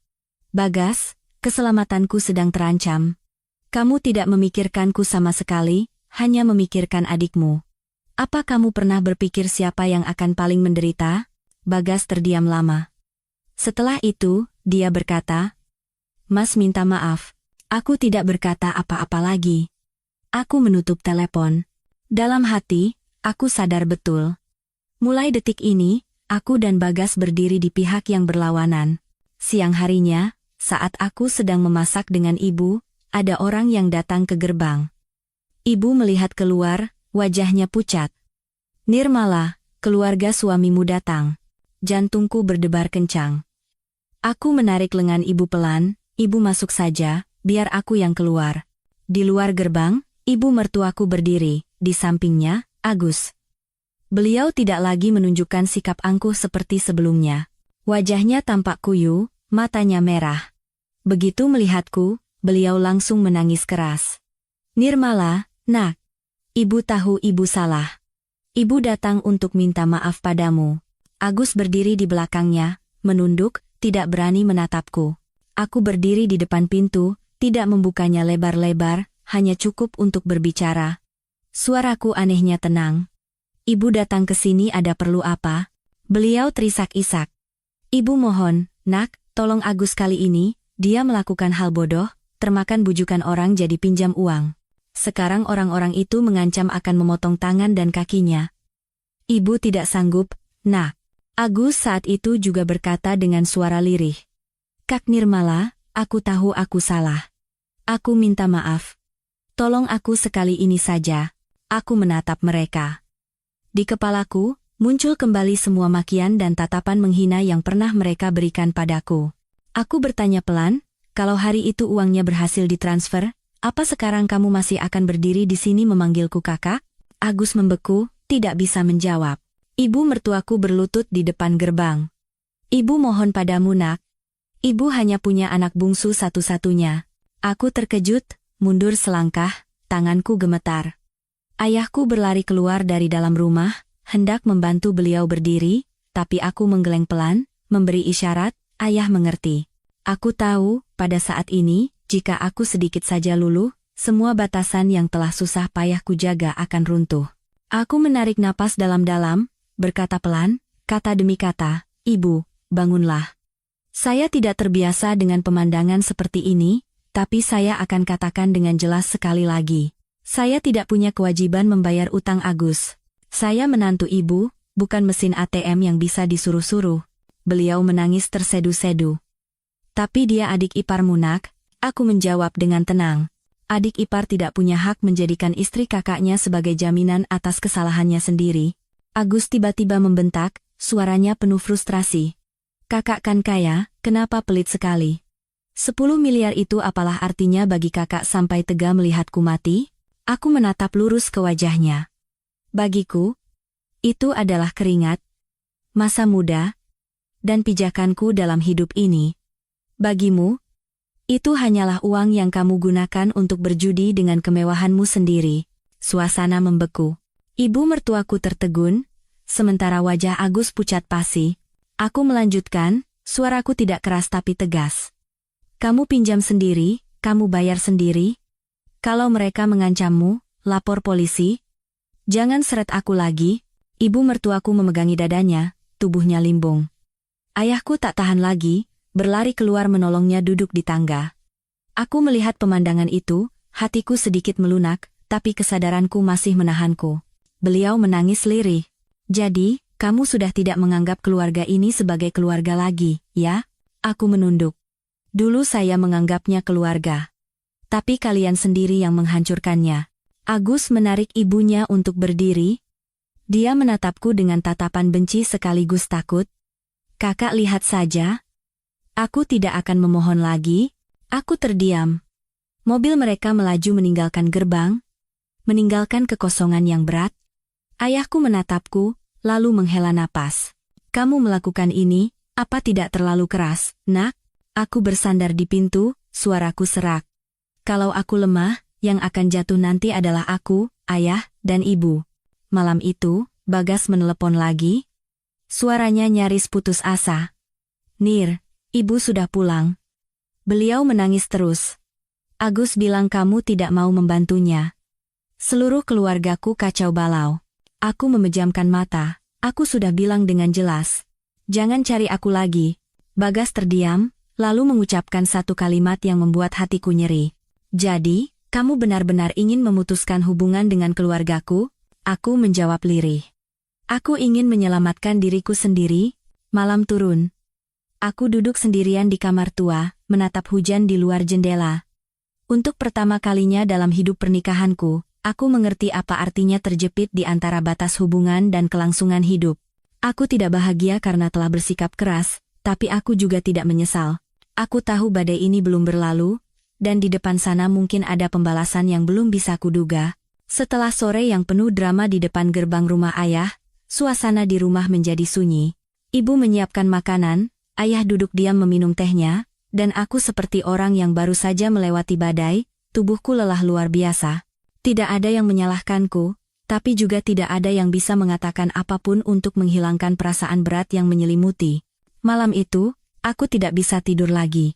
Ponsel tergeletak di samping bantal, heningnya menakutkan. Aku tahu keheningan itu hanyalah ketenangan sebelum badai yang lebih besar. Menjelang subuh, saat aku baru saja terlelap, ponsel bergetar hebat. Nomor asing. Aku ragu beberapa detik, lalu mengangkatnya. Ini dengan Ibu Nirmala? Suara seorang pria terdengar berat dan dingin. Aku menjawab, berusaha tetap tenang. Iya. Benar. Anda siapa? Saya yang memegang utang Agus. Kami sudah bicara dengan keluarganya. Mereka bilang, Anda satu-satunya yang bisa menyelesaikan masalah ini dengan cepat. Aku bangkit duduk di tempat tidur. Anda salah orang. Saya tidak ada hubungannya. Pihak seberang tertawa sinis. Ada hubungan atau tidak, itu bukan urusan Anda untuk bicara, kami hanya peduli kapan uangnya datang. Jantungku berdebar kencang. Aku bisa mendengarnya dengan jelas di telingaku. Kalau kalian mengancam saya akan lapor polisi. Suaranya melunak, tapi semakin dingin. Silakan saja. Tapi sebelum melapor, sebaiknya Anda pikirkan orang tua Anda. Orang tua, kesehatannya tidak bagus, kena kejadian tak terduga bisa syok. Aku menggenggam ponsel dengan erat, kuku-kukuku menancap di telapak tangan hingga sakit, tapi aku tidak menyadarinya. Anda mengancam saya. Dia tertawa kecil. Tidak. Kami hanya mengingatkan bahwa penolakan Anda akan berdampak pada banyak orang. Dia menutup telepon. Aku duduk terpaku untuk waktu yang lama, hanya mendengar detak jantungku sendiri yang semakin cepat. Ayahku punya riwayat penyakit jantung. Kata-kata yang baru saja diucapkannya bukan sekadar gertakan. Aku tahu itu. Paginya, aku tidak berani mengatakan apapun pada ayah dan ibu. Aku hanya bilang ada urusan mendadak di kota. Ayah menatapku, matanya penuh kekhawatiran, tapi beliau tidak banyak bertanya. Hati-hati di jalan, nak. Ada apa-apa, telepon. Aku mengangguk, mencoba tersenyum. Tapi saat sampai di mobil, air mataku mengalir tanpa suara. Untuk pertama kalinya aku merasa benar-benar terpojok. Aku mengemudi langsung ke kantor polisi di daerah tempat tinggal keluarga Agus. Aku menceritakan semuanya, dari utang Agus, paksaan ibu mertuaku, hingga telepon ancaman semalam. Petugas mencatat dengan detail, lalu menatapku dengan serius. Anda sudah benar datang ke sini. Ancaman ini sudah mengarah pada pemerasan dan pengancaman jiwa. Kami akan membuka laporan untuk menindaklanjutinya. Aku menghela napas berat. Setidaknya, aku tidak sendirian dalam pertarungan ini. Sore harinya, saat aku sedang dalam perjalanan pulang ke rumah ayah, Bagas menelepon. Kali ini, suaranya berbeda dari biasanya, tidak ada nada menyalahkan, tidak ada permohonan, tapi penuh dengan kebingungan. Nir, bisa kita bertemu sebentar? Aku terdiam beberapa detik. Untuk apa? Aku sudah tahu para penagih utang meneleponmu. Aku merasa dingin. Bagaimana kamu tahu? Karena mereka juga baru saja meneleponku. Mereka bilang, kalau kamu tidak membayar, mereka akan membuat masalah ini menjadi besar. Aku tertawa sinis di balik kemudi. Jadi kamu meneleponku untuk ikut mengancam? Suara Bagas bergetar. Bukan. Aku menelepon untuk bilang. Aku sudah tidak tahan lagi. Agus kabur entah kemana. Ibu menangis seharian. Aku terjepit di tengah. Nir, aku tidak tahu harus bagaimana lagi. Aku memarkir mobil di pinggir jalan, menatap orang-orang yang lalu lalang di balik kaca depan. Bagas, aku sudah bilang dengan jelas. Aku tidak akan membayar utang adikmu, dan aku tidak akan membiarkan orang tuaku dalam bahaya karena masalah ini. Suara Bagas terisak. Lalu kamu mau aku membiarkan adikku sendiri disakiti mereka? Aku memejamkan mata, suaraku memberat. Itu adalah konsekuensi dari pilihan adikmu sendiri. Di seberang sana hanya terdengar napas yang berat. Lama sekali, setelah itu, Bagas mengucapkan satu kalimat yang membuat hatiku pilu. Aku hanya ingin tahu, di hatimu, apa aku masih suamimu? Aku membuka mata, menatap langit yang kelabu. Kamu sudah lama tidak berdiri di sisiku, Bagas. Aku menutup telepon. Kali ini, aku tidak ragu lagi. Malam itu, saat aku tiba di rumah ayah, aku melihat beberapa pria asing berdiri mengintai di depan gerbang rumah. Dua orang bersandar di sepeda motor, mata mereka awas melihat ke dalam halaman. Jantungku berdebar kencang lagi, tapi aku melangkah masuk seolah tidak terjadi apa-apa. Ayah dan ibu melihatnya, mereka khawatir. Ada apa di depan rumah nak? Aku berusaha menjaga suaraku tetap normal. Mungkin salah alamat? Aku sudah lapor polisi, ayah dan ibu jangan khawatir. Tapi malam itu juga, saat semua sudah terlelap, terdengar suara hantaman keras pada gerbang besi. Suara BRAK, yang keras membuatku terlonjak dari tempat tidur. Ayahku juga kaget, berlari keluar. Di gerbang, ada noda cat merah yang disiramkan, membentuk lingkaran lebar seperti darah. Ibu gemetar, memegangi lengan ayah. Ya Tuhan, mereka mau apa? Tubuhku terasa dingin. Aku segera menelepon polisi. Saat petugas datang, orang-orang itu sudah menghilang. Mereka mencatat tempat kejadian, mengambil foto, membuat laporan. Ayahku terduduk lemas di kursi, memegangi dadanya. Aku segera menghampirinya. Ayah, ayah kenapa? Beliau terengah-engah sejenak baru membaik. Beliau menatapku, matanya penuh kekhawatiran dan rasa sakit. Nir, masalah ini sudah tidak kecil lagi. Air mataku mengalir tak tertahankan. Untuk pertama kalinya aku melihat dengan jelas betapa mengerikannya akibat diseret ke dalam lingkaran utang. Aku tidak hanya harus melindungi diriku, tapi juga orang tuaku. Keesokan paginya, aku kembali ke kantor polisi, menyerahkan semua bukti, dari rekaman telepon ancaman, foto kerusakan di rumah. Kasusku ditingkatkan penanganannya, aku juga disarankan untuk sementara waktu membatasi keluar rumah sendirian. Di saat itulah, Bagas muncul. Dia datang langsung ke rumah ayah. Wajahnya kuyu, matanya penuh keputusasaan. Melihatku, dia berjalan mendekat, suaranya memohon. Nir, aku tahu aku salah. Tapi sekarang hanya kamu yang bisa menolong semua orang. Bencilah aku, dendamlah padaku, tapi aku mohon, jangan biarkan masalah ini semakin besar. Aku menatap pria yang pernah menjadi suamiku. Hatiku campur aduk. Sebesar apapun aku pernah mencintainya, sebesar itu pula aku kecewa padanya sekarang. Bagas, kalau hari ini aku memberikan uang, besok mereka akan menuntut lagi. Apa kamu bisa bertanggung jawab untukku lain kali? Bagas terdiam, tidak bisa menjawab. Aku melanjutkan dengan pelan, tapi tegas. Aku tidak bisa menolong siapapun, jika aku sendiri harus mati karena ketakutan. Bagas menatapku, matanya perlahan memerah. Tapi akhirnya, dia hanya terdiam, berbalik, dan berjalan pergi. Bayangan punggungnya di sore itu tampak begitu kecil. Aku kembali masuk ke rumah, duduk di samping ayah dan ibu. Ayahku menatapku lama, lalu berkata, "Nak, mulai sekarang, jangan sembunyikan apapun lagi dari ayah dan ibu. Apapun yang terjadi, kita hadapi bersama sebagai keluarga." Aku mengangguk, air mata mengalir tak tertahankan. Aku tahu, pertarungan ini bukan lagi hanya soal uang antara aku dan keluarga mertua. Ini sudah menyentuh batas akhir kemanusiaan, keselamatan dan kehidupan. Dan mulai sekarang, aku tidak punya jalan untuk mundur lagi. Setelah sore di mana Bagas pergi dengan diam dari rumah ayah, aku duduk termenung lama di tangga. Angin bertiup kencang menerpa pohon bougainville di depan rumah, kelopaknya berguguran seperti serpihan hati yang hancur. Ibu membawakan segelas air hangat, meletakkannya dengan lembut di sampingku, lalu masuk kembali tanpa suara.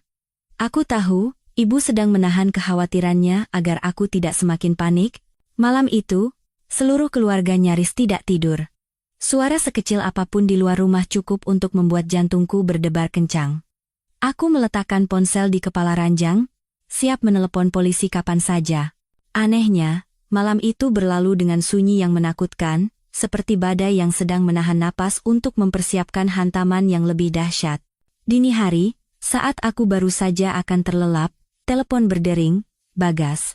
Kali ini aku tidak berniat mengangkatnya, tapi melihat lebih dari 10 panggilan tak terjawab berturut-turut, aku tahu dia sedang di luar kendali, aku mengangkatnya.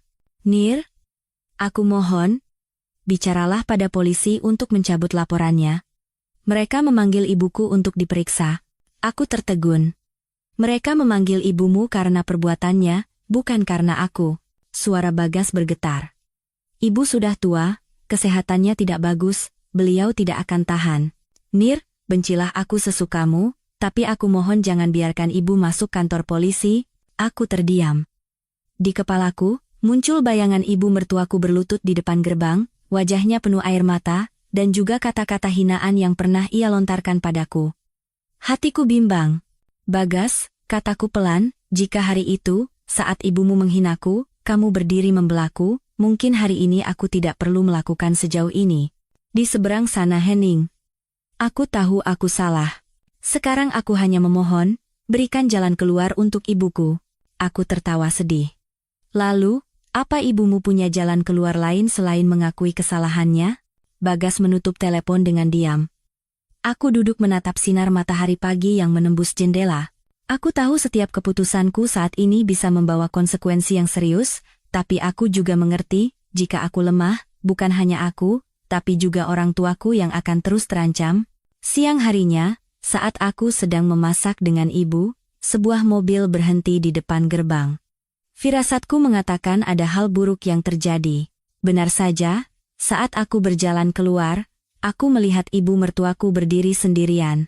Beliau tidak datang bersama Agus, dan tidak lagi terlihat angkuh. Beliau tampak jauh lebih kurus, rambutnya acak-acakan, wajahnya pucat. Beliau menoleh menatapku, matanya penuh kekesalan dan ketakutan. Nirmala, perbuatanmu ini sama saja dengan memotong jalan hidup ibu. Aku menghela napas pelan. Masuklah dulu, Bu. Tidak baik bicara di luar. Beliau menggeleng, suaranya serak. Ibu tidak berani masuk. Rumah ini sekarang terasa asing bagi ibu. Aku menatapnya, hatiku terasa berat. Ibu datang ke sini ada perlu apa? Beliau menangis. Ibu dipanggil ke kantor polisi. Mereka bilang ibu ikut menghasut. Bisa kena denda. Ibu sudah tua. Tidak mengerti hukum. Semuanya karena ibu khawatir pada Agus. Dia darah daging ibu. Aku berdiri diam, mendengarkan setiap katanya yang seperti pisau mengiris hatiku. Ibu khawatir pada anak ibu, saya mengerti. Tapi saat ibu khawatir pada anak ibu, apa ibu pernah memikirkan orang tua saya? Ayah saya hampir kena serangan jantung karena masalah ini. Beliau terdiam sejenak. Lalu, seolah luluh, beliau berkata, ibu salah. Ibu mohon padamu, nak. Bicaralah pada mereka, biarkan ibu pulang kampung, hidup tenang. Jangan perpanjang masalah ini. Ini pertama kalinya aku mendengar ibu mertuaku mengucapkan kata mohon padamu. Nak, dengan nada yang begitu putus asa. Aku tidak merasa senang, tidak merasa puas. Di hatiku hanya ada kehampaan yang melelahkan. Bukan saya yang memutuskan, Bu. Bagaimana hukum berjalan, itu urusan hukum. Saya tidak bisa mengubahnya. Beliau memegangi wajahnya, menangis terseduh-seduh.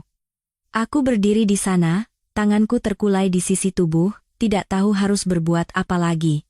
Setelah itu, beliau perlahan berbalik pergi, tubuhnya membungkuk, langkahnya gemetar. Aku menatapnya, hatiku berat seperti ditimpa batu. Sore harinya, polisi memanggilku untuk dimintai keterangan lagi. Mereka menginformasikan bahwa kelompok penagih utang telah diamankan. Ada indikasi praktik pinjaman online ilegal dengan bunga yang mencekik dan ancaman kekerasan. Kami mohon kerjasama Anda untuk penyelidikan lebih lanjut. Aku mengangguk, merasa sedikit lega, tapi juga cemas karena tahu masalah ini sudah berjalan terlalu jauh untuk bisa kembali. Malam harinya, saat aku sedang duduk bersama ayah dan ibu, telepon berdering lagi. Kali ini, Agus. Aku ragu sejenak, lalu mengangkatnya. Kak. Suara Agus serak, tidak ada lagi nada angkuh seperti sebelumnya. Aku sedang kabur di luar kota. Aku sudah tidak tahan lagi. Orang-orang itu benar-benar mengancam akan membunuhku. Aku memejamkan mata. Kamu bisa kabur sampai kapan? Aku tidak tahu. Kak, aku hanya ingin hidup. Tolong aku, Kak.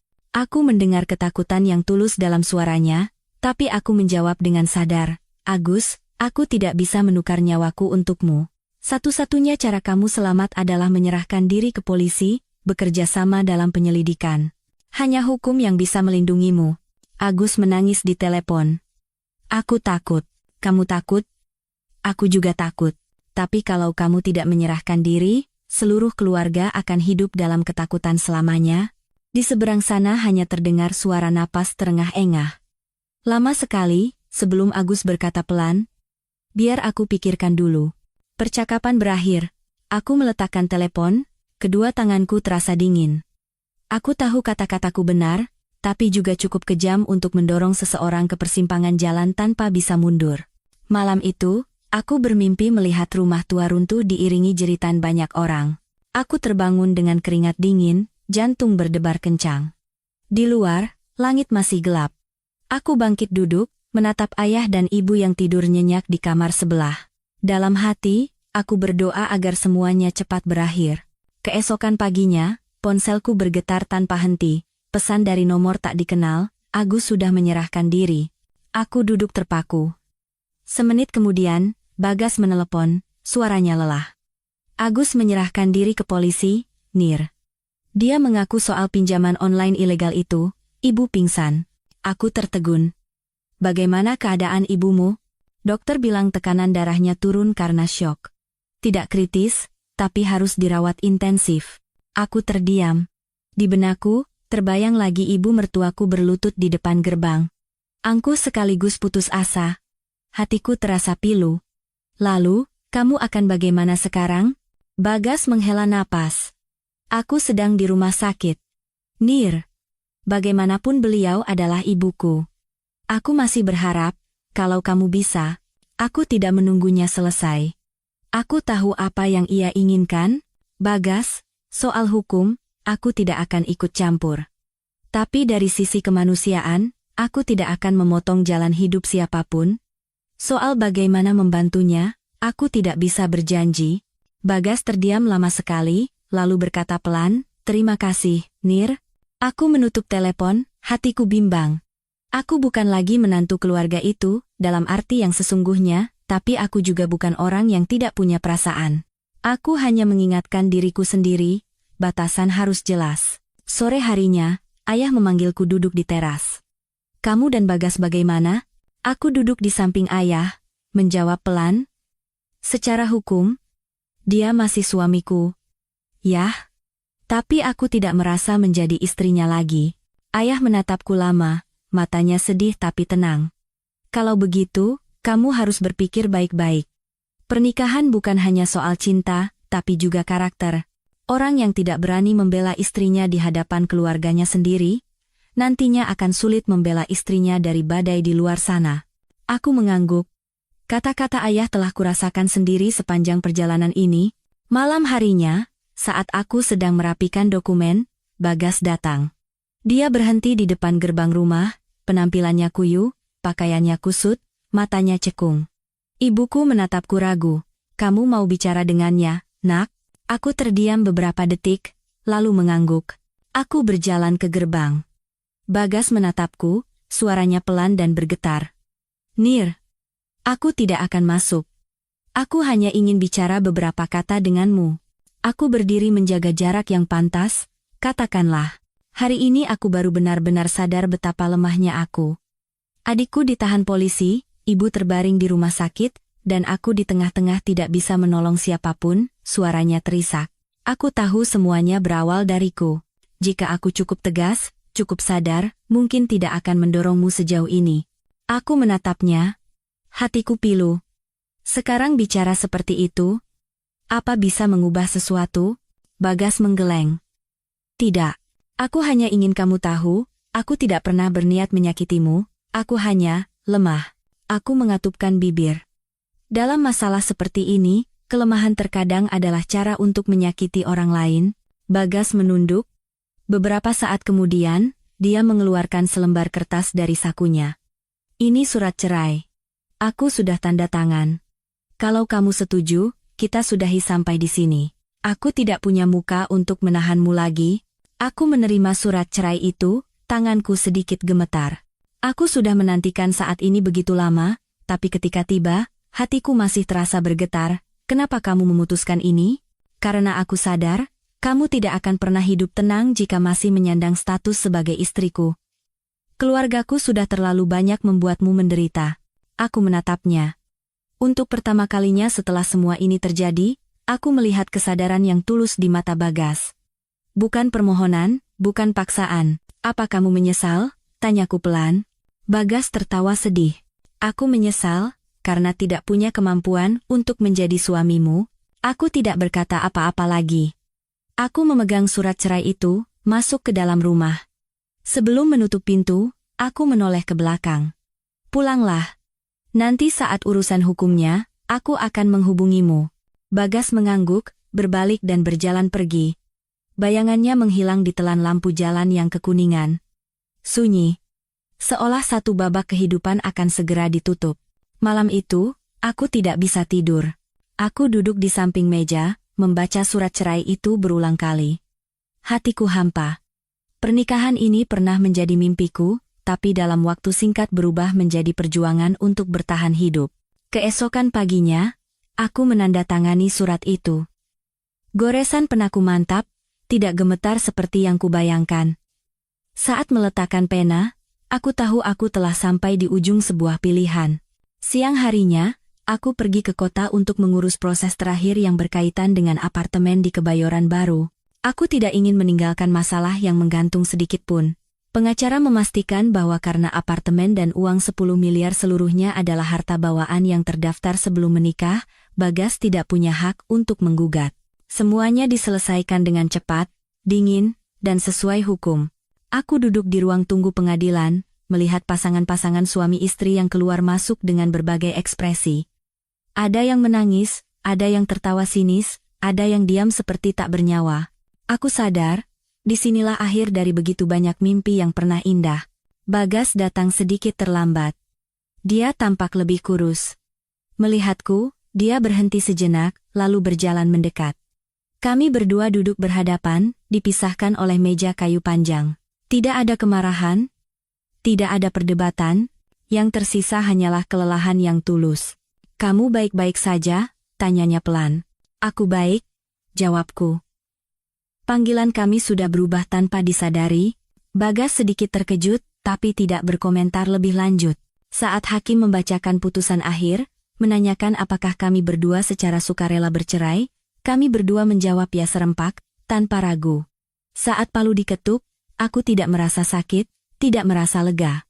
Hanya merasa hampa, seolah baru saja menutup pintu yang telah terbuka selama bertahun-tahun. Keluar dari pengadilan, Bagas berjalan di sisiku sebentar. "Nirmala, mulai sekarang, aku hanya berharap kamu hidup dengan tenang." Aku mengangguk, tidak menoleh padanya. "Kamu juga." Kami berhenti di persimpangan. Dia berbelok ke kiri, aku ke kanan, tidak ada yang menoleh ke belakang. Hidup kami masing-masing berjalan ke arah yang berbeda. Aku kembali ke apartemen di Kebayoran Baru, untuk mengemasi sisa-sisa pernikahan lama. Beberapa pakaian Bagas, buku-buku pemrograman yang pernah ia baca, cangkir kopi yang kubelikan untuknya saat kami liburan ke Bali di tahun pertama pernikahan.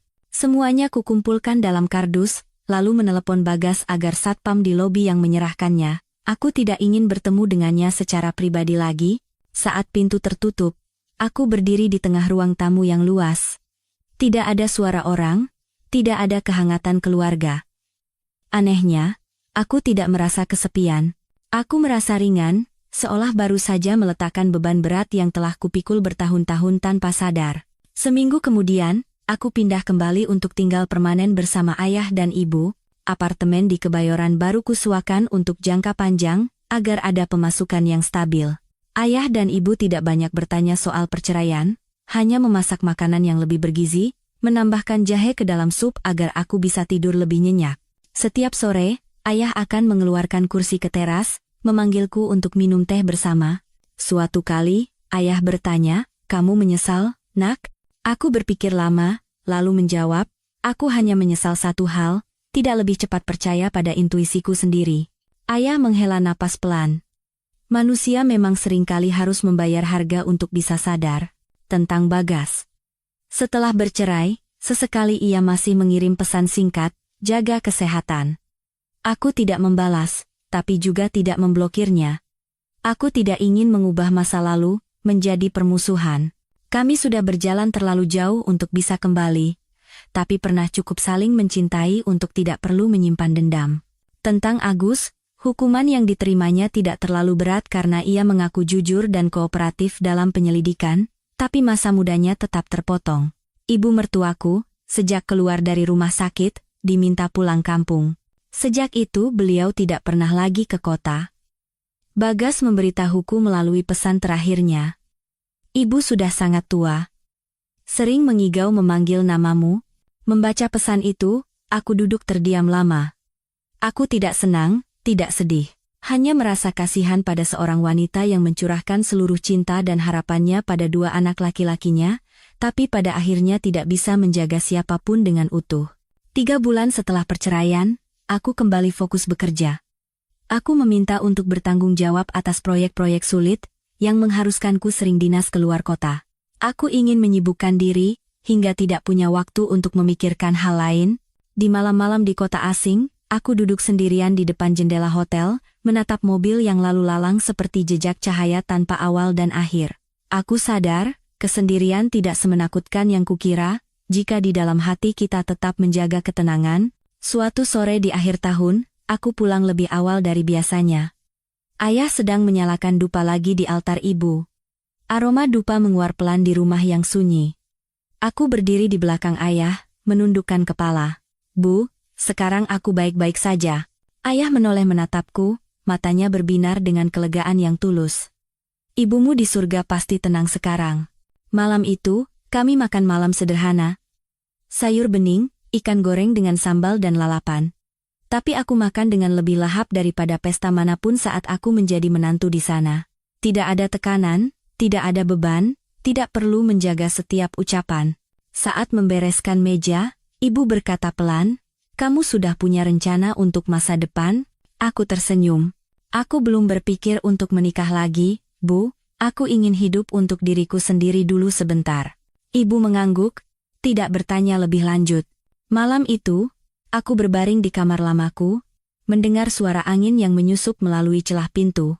Untuk pertama kalinya setelah sekian lama, aku merasa hatiku benar-benar damai. Aku tahu perpisahanku menyakiti banyak orang, termasuk diriku sendiri, tapi jika diminta untuk mengulang, aku akan tetap memilih jalan ini. Karena hanya dengan menyelamatkan diriku sendiri, aku bisa terus hidup dengan harga diri. Di luar sana, musim semi yang baru akan segera tiba. Musim semi tahun itu datang lebih lambat dari biasanya. Hujan gerimis menyelimuti atap genteng tua di rumah ayah. Aku pulang setelah hampir sebulan dinas di luar kota. Melangkah melewati pintu, aku melihat ayah sedang memperbaiki kursi kayu yang pakunya lepas, ibu sedang mengelap meja makan. Pemandangan yang begitu biasa, hingga membuatku ingin menangis. "Sudah pulang, Nak?" Ibu mengangkat wajahnya, tersenyum. "Iya, Bu," jawabku, meletakkan koper. Rasanya seperti baru saja kembali dari perjalanan yang sangat panjang, bukan hanya secara jarak. Malam itu, kami makan malam untuk mendoakan ibu, sehari sebelum peringatan hari wafatnya, di altar. Foto ibu masih tersenyum ramah seperti biasa. Aku menyalakan dupa, menunduk lama. Di hatiku, banyak yang ingin kukatakan, tapi akhirnya hanya berbisik, "Bu, aku sudah berusaha hidup dengan baik." Setelah makan malam, aku duduk di teras bersama ayah. Angin awal musim semi terasa sedikit dingin. Ayah menuangkan secangkir teh untukku, bertanya, "Pekerjaanmu bagaimana, Nak?" "Baik, Yah. Aku baru saja ditugaskan memegang proyek baru lagi." Ayah mengangguk, matanya tampak lega. Aku tahu, baginya sekarang, tidak ada yang lebih penting daripada melihatku bisa berdiri dengan kakiku sendiri. Ponselku bergetar pelan. Pesan dari nomor tak dikenal. "Nir. Ini aku." Aku tahu itu Bagas. Aku tidak langsung membukanya. Beberapa saat kemudian, baru aku membalas. "Ada apa? Lama sekali, baru pesannya masuk." "Aku hanya ingin memberitahu, ibu meninggal dunia tadi malam." Aku tertegun. Cangkir teh di tanganku sedikit miring, air panasnya nyaris tumpah. Aku berdiri diam untuk waktu yang sangat lama, baru bisa mengetik beberapa kata. "Turut berduka cita." Bagas tidak membalas apa-apa lagi. Berita meninggalnya ibu mertuaku datang begitu mendadak, seperti angin dingin yang menusuk dada. Aku pernah terluka begitu dalam olehnya, tapi saat mendengar kabar ini, di hatiku tidak ada rasa puas sedikit pun. Hanya ada kehampaan yang sulit dijelaskan. Beliau meninggal saat seluruh keluarganya masih dirundung masalah kasus Agus, saat Bagas baru saja kehilangan istri, kehilangan ibu, kehilangan seluruh keluarga yang pernah damai menurut versinya. Malam itu, aku memberitahu ayah dan ibu. "Ibu mertuaku meninggal, Bu." "Yah." Ibuku meletakkan sumpitnya. "Ya Tuhan, kasihan sekali, bagaimanapun beliau orang tua." Ayah berpikir sejenak. "Kamu berencana melayat?" Aku terdiam lama. Di kepalaku, semua kenangan muncul kembali, dari awal saat beliau menyambutku dengan gembira, hingga saat beliau menghina, berlutut, dan memaksa meminta uang. Akhirnya, aku menjawab pelan, aku akan datang menyalakan dupa untuknya, sebagai bentuk kemanusiaan terakhir. Keesokan harinya, aku kembali ke kampung halaman mantan suamiku, rumah sederhana yang dulu ramai, kini sepi. Bagas berdiri di depan pintu, tubuhnya semakin kurus. Melihatku, dia tertegun sejenak, lalu mengangguk pelan sebagai sapaan. Aku masuk. Menyalakan dupa di depan peti jenazah. Aroma dupa yang menusuk hidung. Aku menunduk. Tidak meminta apa-apa. Tidak mendendam apa-apa. hanya berharap yang telah tiada bisa beristirahat dengan tenang. Bagas mengajakku ke teras. Kami berdiri menjaga jarak yang pas, bukan sebagai suami istri, tapi juga bukan orang asing. Terima kasih sudah datang, katanya pelan. Aku hanya melakukan apa yang seharusnya. Bagas menatapku lama. Ibu, sebelum meninggal, mengucapkan satu kalimat, beliau bilang, beliau sudah menyusahkanmu. Aku tidak tahu harus menjawab apa. Permintaan maaf apapun sekarang sudah terlambat. Sudah berlalu. Bagas mengangguk, matanya tampak begitu dalam kesedihannya.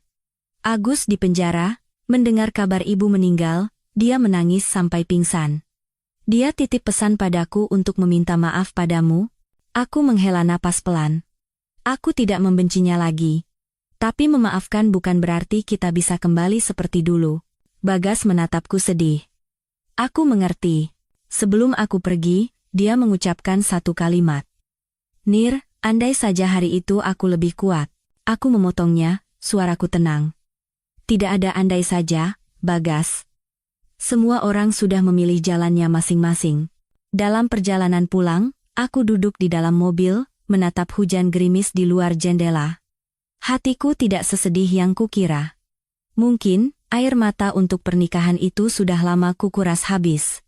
Beberapa bulan kemudian, pekerjaanku semakin mapan. Proyek yang kutangani berhasil melebihi ekspektasi. Aku mendapat promosi. Untuk pertama kalinya dalam hidup, aku mencapai puncak karier dengan kemampuanku sendiri, bukan karena bergantung atau menukar. Suatu sore, saat aku sedang merapikan dokumen, Om Budi, sahabat ayah, datang berkunjung. Om Budi menatapku, lalu tersenyum. Anak ini sekarang beda sekali ya, tatapan matanya lebih tegar. Aku tersenyum. Mungkin karena sudah tua, Om. Om Budi tertawa, menoleh ke ayahku. Lihat, kehilangan satu pernikahan, tapi dapat anak yang dewasa. Ayahku tidak berkata apa-apa, hanya menepuk pundakku pelan. Malam itu, aku menerima pesan dari Bagas. Singkat, aku akan pindah kerja keluar pulau. Mungkin akan lama baru kembali. Aku membacanya, mengangguk pelan dalam kegelapan. Akhirnya, kami akan benar-benar keluar dari orbit satu sama lain. Sebelum tidur, aku membuka buku catatan kecil yang dulu mencatat jumlah uang yang harus kutanggung untuk keluarga mertuaku. Angka-angka itu sekarang telah menjadi masa lalu. Aku menutup buku itu, menyimpannya di laci, seperti menyimpan satu babak kehidupan. Di luar, hujan sudah reda. Bulan sabit tipis seperti benang tergantung di langit. Tiba-tiba aku sadar, ada beberapa kehilangan yang sepertinya tidak bisa dilalui. Tapi waktu tetap membawa kita berjalan. Perlahan tapi pasti, aku tidak tahu masa depanku akan kemana, apakah akan menemukan cinta lagi atau tidak. Tapi sekarang aku sadar betul, aku telah belajar bagaimana cara berdiri sendiri setelah dijatuhkan dengan cara yang paling menyakitkan. Musim kemarau tahun itu datang lebih awal. Sinar matahari keemasan menyinari jalanan di depan rumah, mengeringkan sisa-sisa hujan akhir musim semi. Aku pulang kerja, melihat ayah sedang memangkas tanaman hias di depan rumah, ibu sedang menyiangi sayuran di dapur. Pemandangan itu begitu sederhana, hingga membuat hatiku terasa damai. Tidak ada rasa tidak aman, tidak ada ketakutan seperti saat harus lari dari kegelapan. Malam harinya, saat makan, ibu berkata sekenanya, akhir-akhir ini kamu makannya lahap, tidurnya juga nyenyak ya, nak. Aku tersenyum. Sudah jauh lebih baik, Bu. Ayah tidak berkata apa-apa, hanya mengangguk. Matanya berbinar dengan kelegaan yang diam-diam. Aku mengerti. Bagi orang tuaku, kebahagiaan sekarang bukanlah melihatku punya suami di sisi, tapi melihatku tidak lagi hidup dalam ketakutan. Beberapa hari kemudian, aku menerima telepon dari nomor asing. Saat kuangkat, suara pria paruh baya terdengar. Ini dengan Ibu Nirmala, saya petugas dari lembaga pemasyarakatan. Jantungku berdebar pelan. Iya, benar. Ada apa ya, Pak? Adik ipar Anda, Agus, mengajukan permohonan untuk bertemu dengan Anda, katanya ingin bertemu untuk meminta maaf secara langsung. Jika Anda berkenan, kami akan mengaturnya. Aku menutup telepon, duduk terdiam lama. Aku tidak menyangka Agus akan berinisiatif meminta bertemu. Bayangan-bayangan lama muncul kembali, tatapan penuh dendam, suara teriakan, ancaman. Aku tidak lagi takut, tapi di hati masih ada kewaspadaan. Malam harinya, aku menceritakan hal ini pada ayah dan ibu. Ibu menatapku cemas. Kamu mau pergi? Aku terdiam sejenak, lalu mengangguk. Aku akan pergi, bukan untuk memaafkan, tapi untuk menutup bab ini. Ayah menatapku lama. Kalau hatimu sudah kuat, baru pergi. Kalau masih takut, tidak perlu dipaksakan. Aku mengangguk. Sudah kuat, ya. Seminggu kemudian, aku pergi ke lembaga pemasyarakatan. Pintu besi terbuka, suara kuncinya berbunyi dingin. Di ruang kunjungan, Agus duduk di seberangku, dipisahkan oleh kaca. Dia lebih kurus, tatapan matanya tidak lagi angkuh. Yang tersisa hanyalah kelelahan dan penyesalan. Dia menatapku lama, lalu menunduk. Kak Nirmala, maafkan aku. Aku tidak langsung menjawab. Beberapa saat kemudian, baru aku bertanya, kamu minta maaf untuk apa? Suaranya serak. Karena aku menyakiti kakak. Karena kakak harus bercerai. Orang tua kakak ketakutan. Kakak harus hidup dalam was-was berbulan-bulan. Aku tidak punya muka untuk bertemu siapapun lagi. Air matanya jatuh di atas kaca. Aku menatap pemandangan itu. Hatiku tidak lagi marah. Hanya ada kesedihan yang mendalam. Kamu menyesal itu bagus. Tapi penyesalan tidak bisa menghapus konsekuensi. Agus mengangguk tanpa henti. Aku mengerti. Aku hanya berharap kakak tahu. Aku tidak pernah menganggap remeh apa yang kakak berikan. Waktu itu, aku hanya bodoh. Aku menatapnya, berkata pelan. Kamu masih muda, masih hidup. Gunakan sisa hidupmu dengan benar. Itulah satu-satunya cara menebus kesalahanmu pada semua orang, termasuk pada dirimu sendiri. Agus terisak-isak. Aku tahu, Kak. Pertemuan berakhir dengan hening. Saat berjalan keluar dari penjara, aku menarik napas dalam-dalam. Hatiku tidak terasa lega, tapi juga tidak seberat sebelumnya. Satu babak yang menyakitkan telah kututup dengan tanganku sendiri. Beberapa bulan kemudian, aku menandatangani kontrak jangka panjang dengan mitra bisnis dari luar negeri. Pekerjaan membuatku sering bepergian, terkadang selama berbulan-bulan. Di malam hari di kota asing, aku berdiri di depan jendela hotel, menatap jalanan yang terang benderang. Pikiranku melayang jauh. Tapi berbeda dari sebelumnya, aku tidak merasa kesepian. Aku tahu, di belakangku, masih ada rumah untuk pulang. Suatu kali saat kembali ke tanah air, aku berziarah ke makam ibu. Langit sore berangin kencang, daun-daun kering berdesir di bawah kakiku. Aku menyalakan dupa, duduk lama sekali. Bu, hidupku melewati banyak badai, tapi aku berhasil selamat. Aku bukan lagi gadis kecil penurut seperti dulu. Angin berdesir pelan di antara pepohonan, seperti jawaban tanpa suara. Dalam perjalanan pulang, aku menerima pesan dari Bagas. Pesan terakhir setelah berbulan-bulan. Dia akan segera meninggalkan Indonesia. Sebelum pergi, dia ingin mengatakan satu hal. Aku pernah sangat mencintaimu. Aku membaca pesan itu berulang kali. Aku tidak langsung membalas. Hingga malam hari, saat duduk sendirian di kamar, baru aku membalas. Aku tahu, tapi cinta saja tidak cukup untuk berjalan bersama sampai akhir. Bagas hanya membalas satu kata. Iya. Sejak itu, dia tidak pernah mengirim pesan lagi. Kami benar-benar menjadi dua garis paralel, berjalan di sisa hidup masing-masing tanpa pernah bersinggungan lagi. Di akhir tahun, ayahku sakit. Beliau harus dirawat di rumah sakit selama beberapa minggu karena komplikasi penyakit jantungnya. Aku meninggalkan semua pekerjaan, menjaga ayah setiap hari.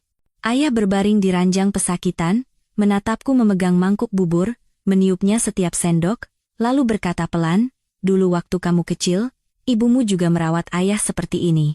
Aku terisak. Ayah harus sembuh. Aku hanya punya ayah dan ibu. Ayah tersenyum lemah. Ayah tahu anak ayah sudah sangat kuat. Tapi ingat, sekuat apapun, berilah dirimu hak untuk bersandar pada orang lain saat lelah. Kata-kata itu melekat di hatiku lama sekali, seperti pengingat yang sunyi. Ayah keluar dari rumah sakit menjelang akhir tahun. Tahun baru kali itu, di rumahku hanya ada 3 orang. Tidak ramai, tidak riuh, tapi hangatnya luar biasa. Di malam pergantian tahun, aku berdiri di depan rumah, menatap kembang api yang mekar di langit yang jauh, cahayanya menyinari wajah ayah dan ibu yang berdiri di sisiku. Untuk pertama kalinya setelah bertahun-tahun, aku merasa menjadi bagian dari suatu tempat. Tiba-tiba aku mengerti, kebahagiaan bukanlah memiliki seorang pria di sisi, tapi saat kita tidak lagi merasa takut dalam hidup kita sendiri. Setelah tahun baru, kesehatan ayah perlahan membaik. Beliau masih harus minum obat rutin, tapi wajahnya lebih cerah dari sebelumnya. Setiap pagi, ayah akan menyiram tanaman di depan rumah, ibu sibuk di dapur, aku pergi bekerja, sore hari pulang untuk makan malam bersama mereka. Hidup berjalan perlahan, damai, hingga seringkali aku merasa semua badai sebelumnya hanyalah mimpi yang panjang. Hingga suatu sore di akhir bulan Maret, saat aku sedang rapat di kantor, telepon bergetar tanpa henti.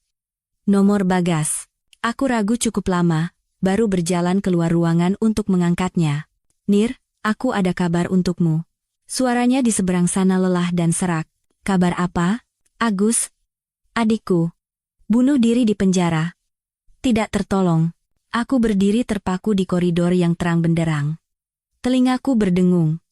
Butuh beberapa detik sampai aku mengerti setiap kata yang baru saja ku dengar. Kenapa? Katanya depresi berat. Beberapa hari lalu sempat minta bertemu denganku, tapi belum sempat. Pagi ini ditemukan, sudah terlambat.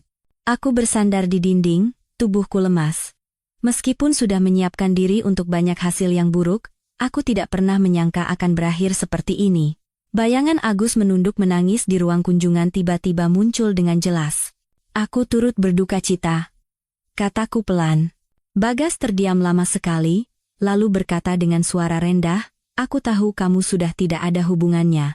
Tapi bagaimanapun, dia pernah menjadi adikku, pernah menjadi bagian dari keluargamu. Kalau kamu bisa, datang melihatnya untuk terakhir kali. Aku tidak langsung menjawab. Sebagian hatiku ingin menolak, karena aku sudah terlalu lelah. Tapi sebagian lagi mengerti, jika aku tidak pergi, mungkin seumur hidup ini aku akan terus menyimpan penyesalan. Malam harinya, aku membicarakan ini dengan ayah dan ibu. Ibu terdiam sejenak, lalu menghela napas. Hidup manusia memang singkat, nak. Kalau di hatimu masih ada yang mengganjal, pergilah sekali, biar lebih ringan. Ayah mengangguk. Pergilah. Sebatang dupa sudah cukup. Keesokan harinya, aku pergi ke kamar jenazah lembaga pemasyarakatan. Bagas berdiri di sana, bahunya merosot, matanya merah. Melihatku, dia hanya mengangguk pelan, tidak bisa berkata banyak. Aku berjalan masuk, melihat melalui kaca yang dingin. Wajah Agus pucat, lebih kurus dari saat aku menemuinya di penjara. Tapi anehnya terlihat damai. Aku menyalakan sebatang dupa untuknya, berbisik pelan, kamu tidak perlu takut lagi. Semuanya sudah berakhir di sini. Keluar dari ruangan, aku melihat Bagas terduduk di tangga, kedua tangannya memegangi kepala. Aku berdiri di sampingnya, tidak tahu harus berkata apa selain kalimat biasa, semuanya akan berlalu. Bagas mengangkat wajahnya menatapku, matanya kosong. Aku kehilanganmu, kehilangan ibu, sekarang kehilangan adikku. Inikah harga yang harus kubayar untuk kepengecutanku? Aku tidak bisa menjawab pertanyaan itu. Ada beberapa kehilangan yang tidak bisa ditukar dengan benar atau salah. Kamu masih hidup. Kamu harus terus berjalan. Jangan terlalu dipikirkan. Bagas mengangguk pelan. Hari itu, aku tidak tinggal lama. Aku pulang dengan diam, hatiku terasa berat. Beberapa hari setelahnya, aku menjadi lebih pendiam. Malam hari, seringkali aku bermimpi melihat Agus berdiri di ujung koridor yang panjang, bayangan punggungnya kecil seperti saat ia masih mahasiswa baru datang ke kota. Aku memanggilnya, tapi dia tidak menoleh. Aku terbangun dengan keringat dingin. Hatiku pilu. Ibu memperhatikan aku yang sering duduk melamun di teras, lalu mendekat, masih memikirkan yang lama nak? Mungkin hatimu masih terasa berat. Ibu mengusap punggungku pelan. Kamu tidak salah. Kamu sudah melakukan semua yang bisa kamu lakukan. Jangan salahkan dirimu atas hal yang tidak bisa kamu ubah. Kata-kata ibu seperti tangan yang memegangku dengan lembut, menarikku keluar dari lingkaran menyalahkan diri sendiri yang mulai melilit hatiku. Suatu sore, aku menerima email resmi dari pihak penyelidik. Kasus pinjaman online ilegal telah ditutup. Pihak-pihak terkait telah diproses secara hukum. Aku menatap layar lama sekali, satu babak kelam dalam hidupku akhirnya memiliki akhir yang jelas. Beberapa hari kemudian, Bagas mengirim pesan singkat. Aku sudah mengurus pemakaman Agus. Aku akan segera berangkat ke luar negeri untuk bekerja di bidang teknis. Mungkin tidak akan ada kesempatan bertemu lagi. Terima kasih sudah pernah hadir dalam hidupku. Aku menatap pesan itu lama, lalu membalas. Jaga kesehatan. Itulah kali terakhir aku dan Bagas berkomunikasi. Waktu perlahan berlalu, rasa sakit perlahan mereda, seperti lumpur yang mengendap setelah banjir besar. Aku kembali fokus pada pekerjaan. Perjalanan dinas yang terus-menerus, rapat, kontrak yang ditandatangani, aku mulai menemukan kembali semangat dalam diriku, seperti saat masih gadis, sebelum terseret ke dalam pusaran pernikahan dan beban keluarga. Suatu sore setelah pulang ke rumah, aku melihat-lihat foto lama di ponsel. Foto aku dan Bagas di hari pernikahan, foto makan malam keluarga, foto aku berdiri di samping ibu mertuaku di hari pertama menjadi menantu.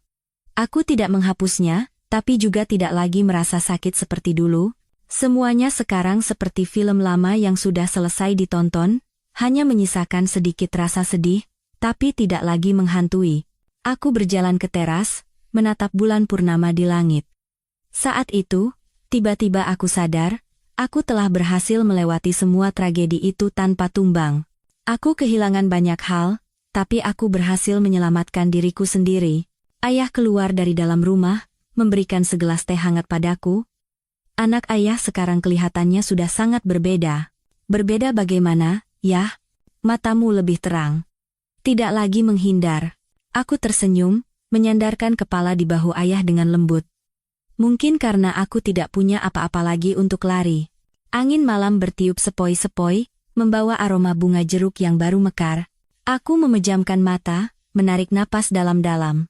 Untuk pertama kalinya setelah bertahun-tahun, aku merasa hatiku benar-benar telah menutup masa lalu. Bukan dengan dendam, tapi dengan penerimaan. Para pembaca yang terhormat, kisah hidup Nirmala telah menutup satu babak yang penuh dengan air mata, kehilangan, dan rasa sakit. Tapi itu juga telah membuka pintu baru, di mana ia belajar untuk berdiri dengan kakinya sendiri.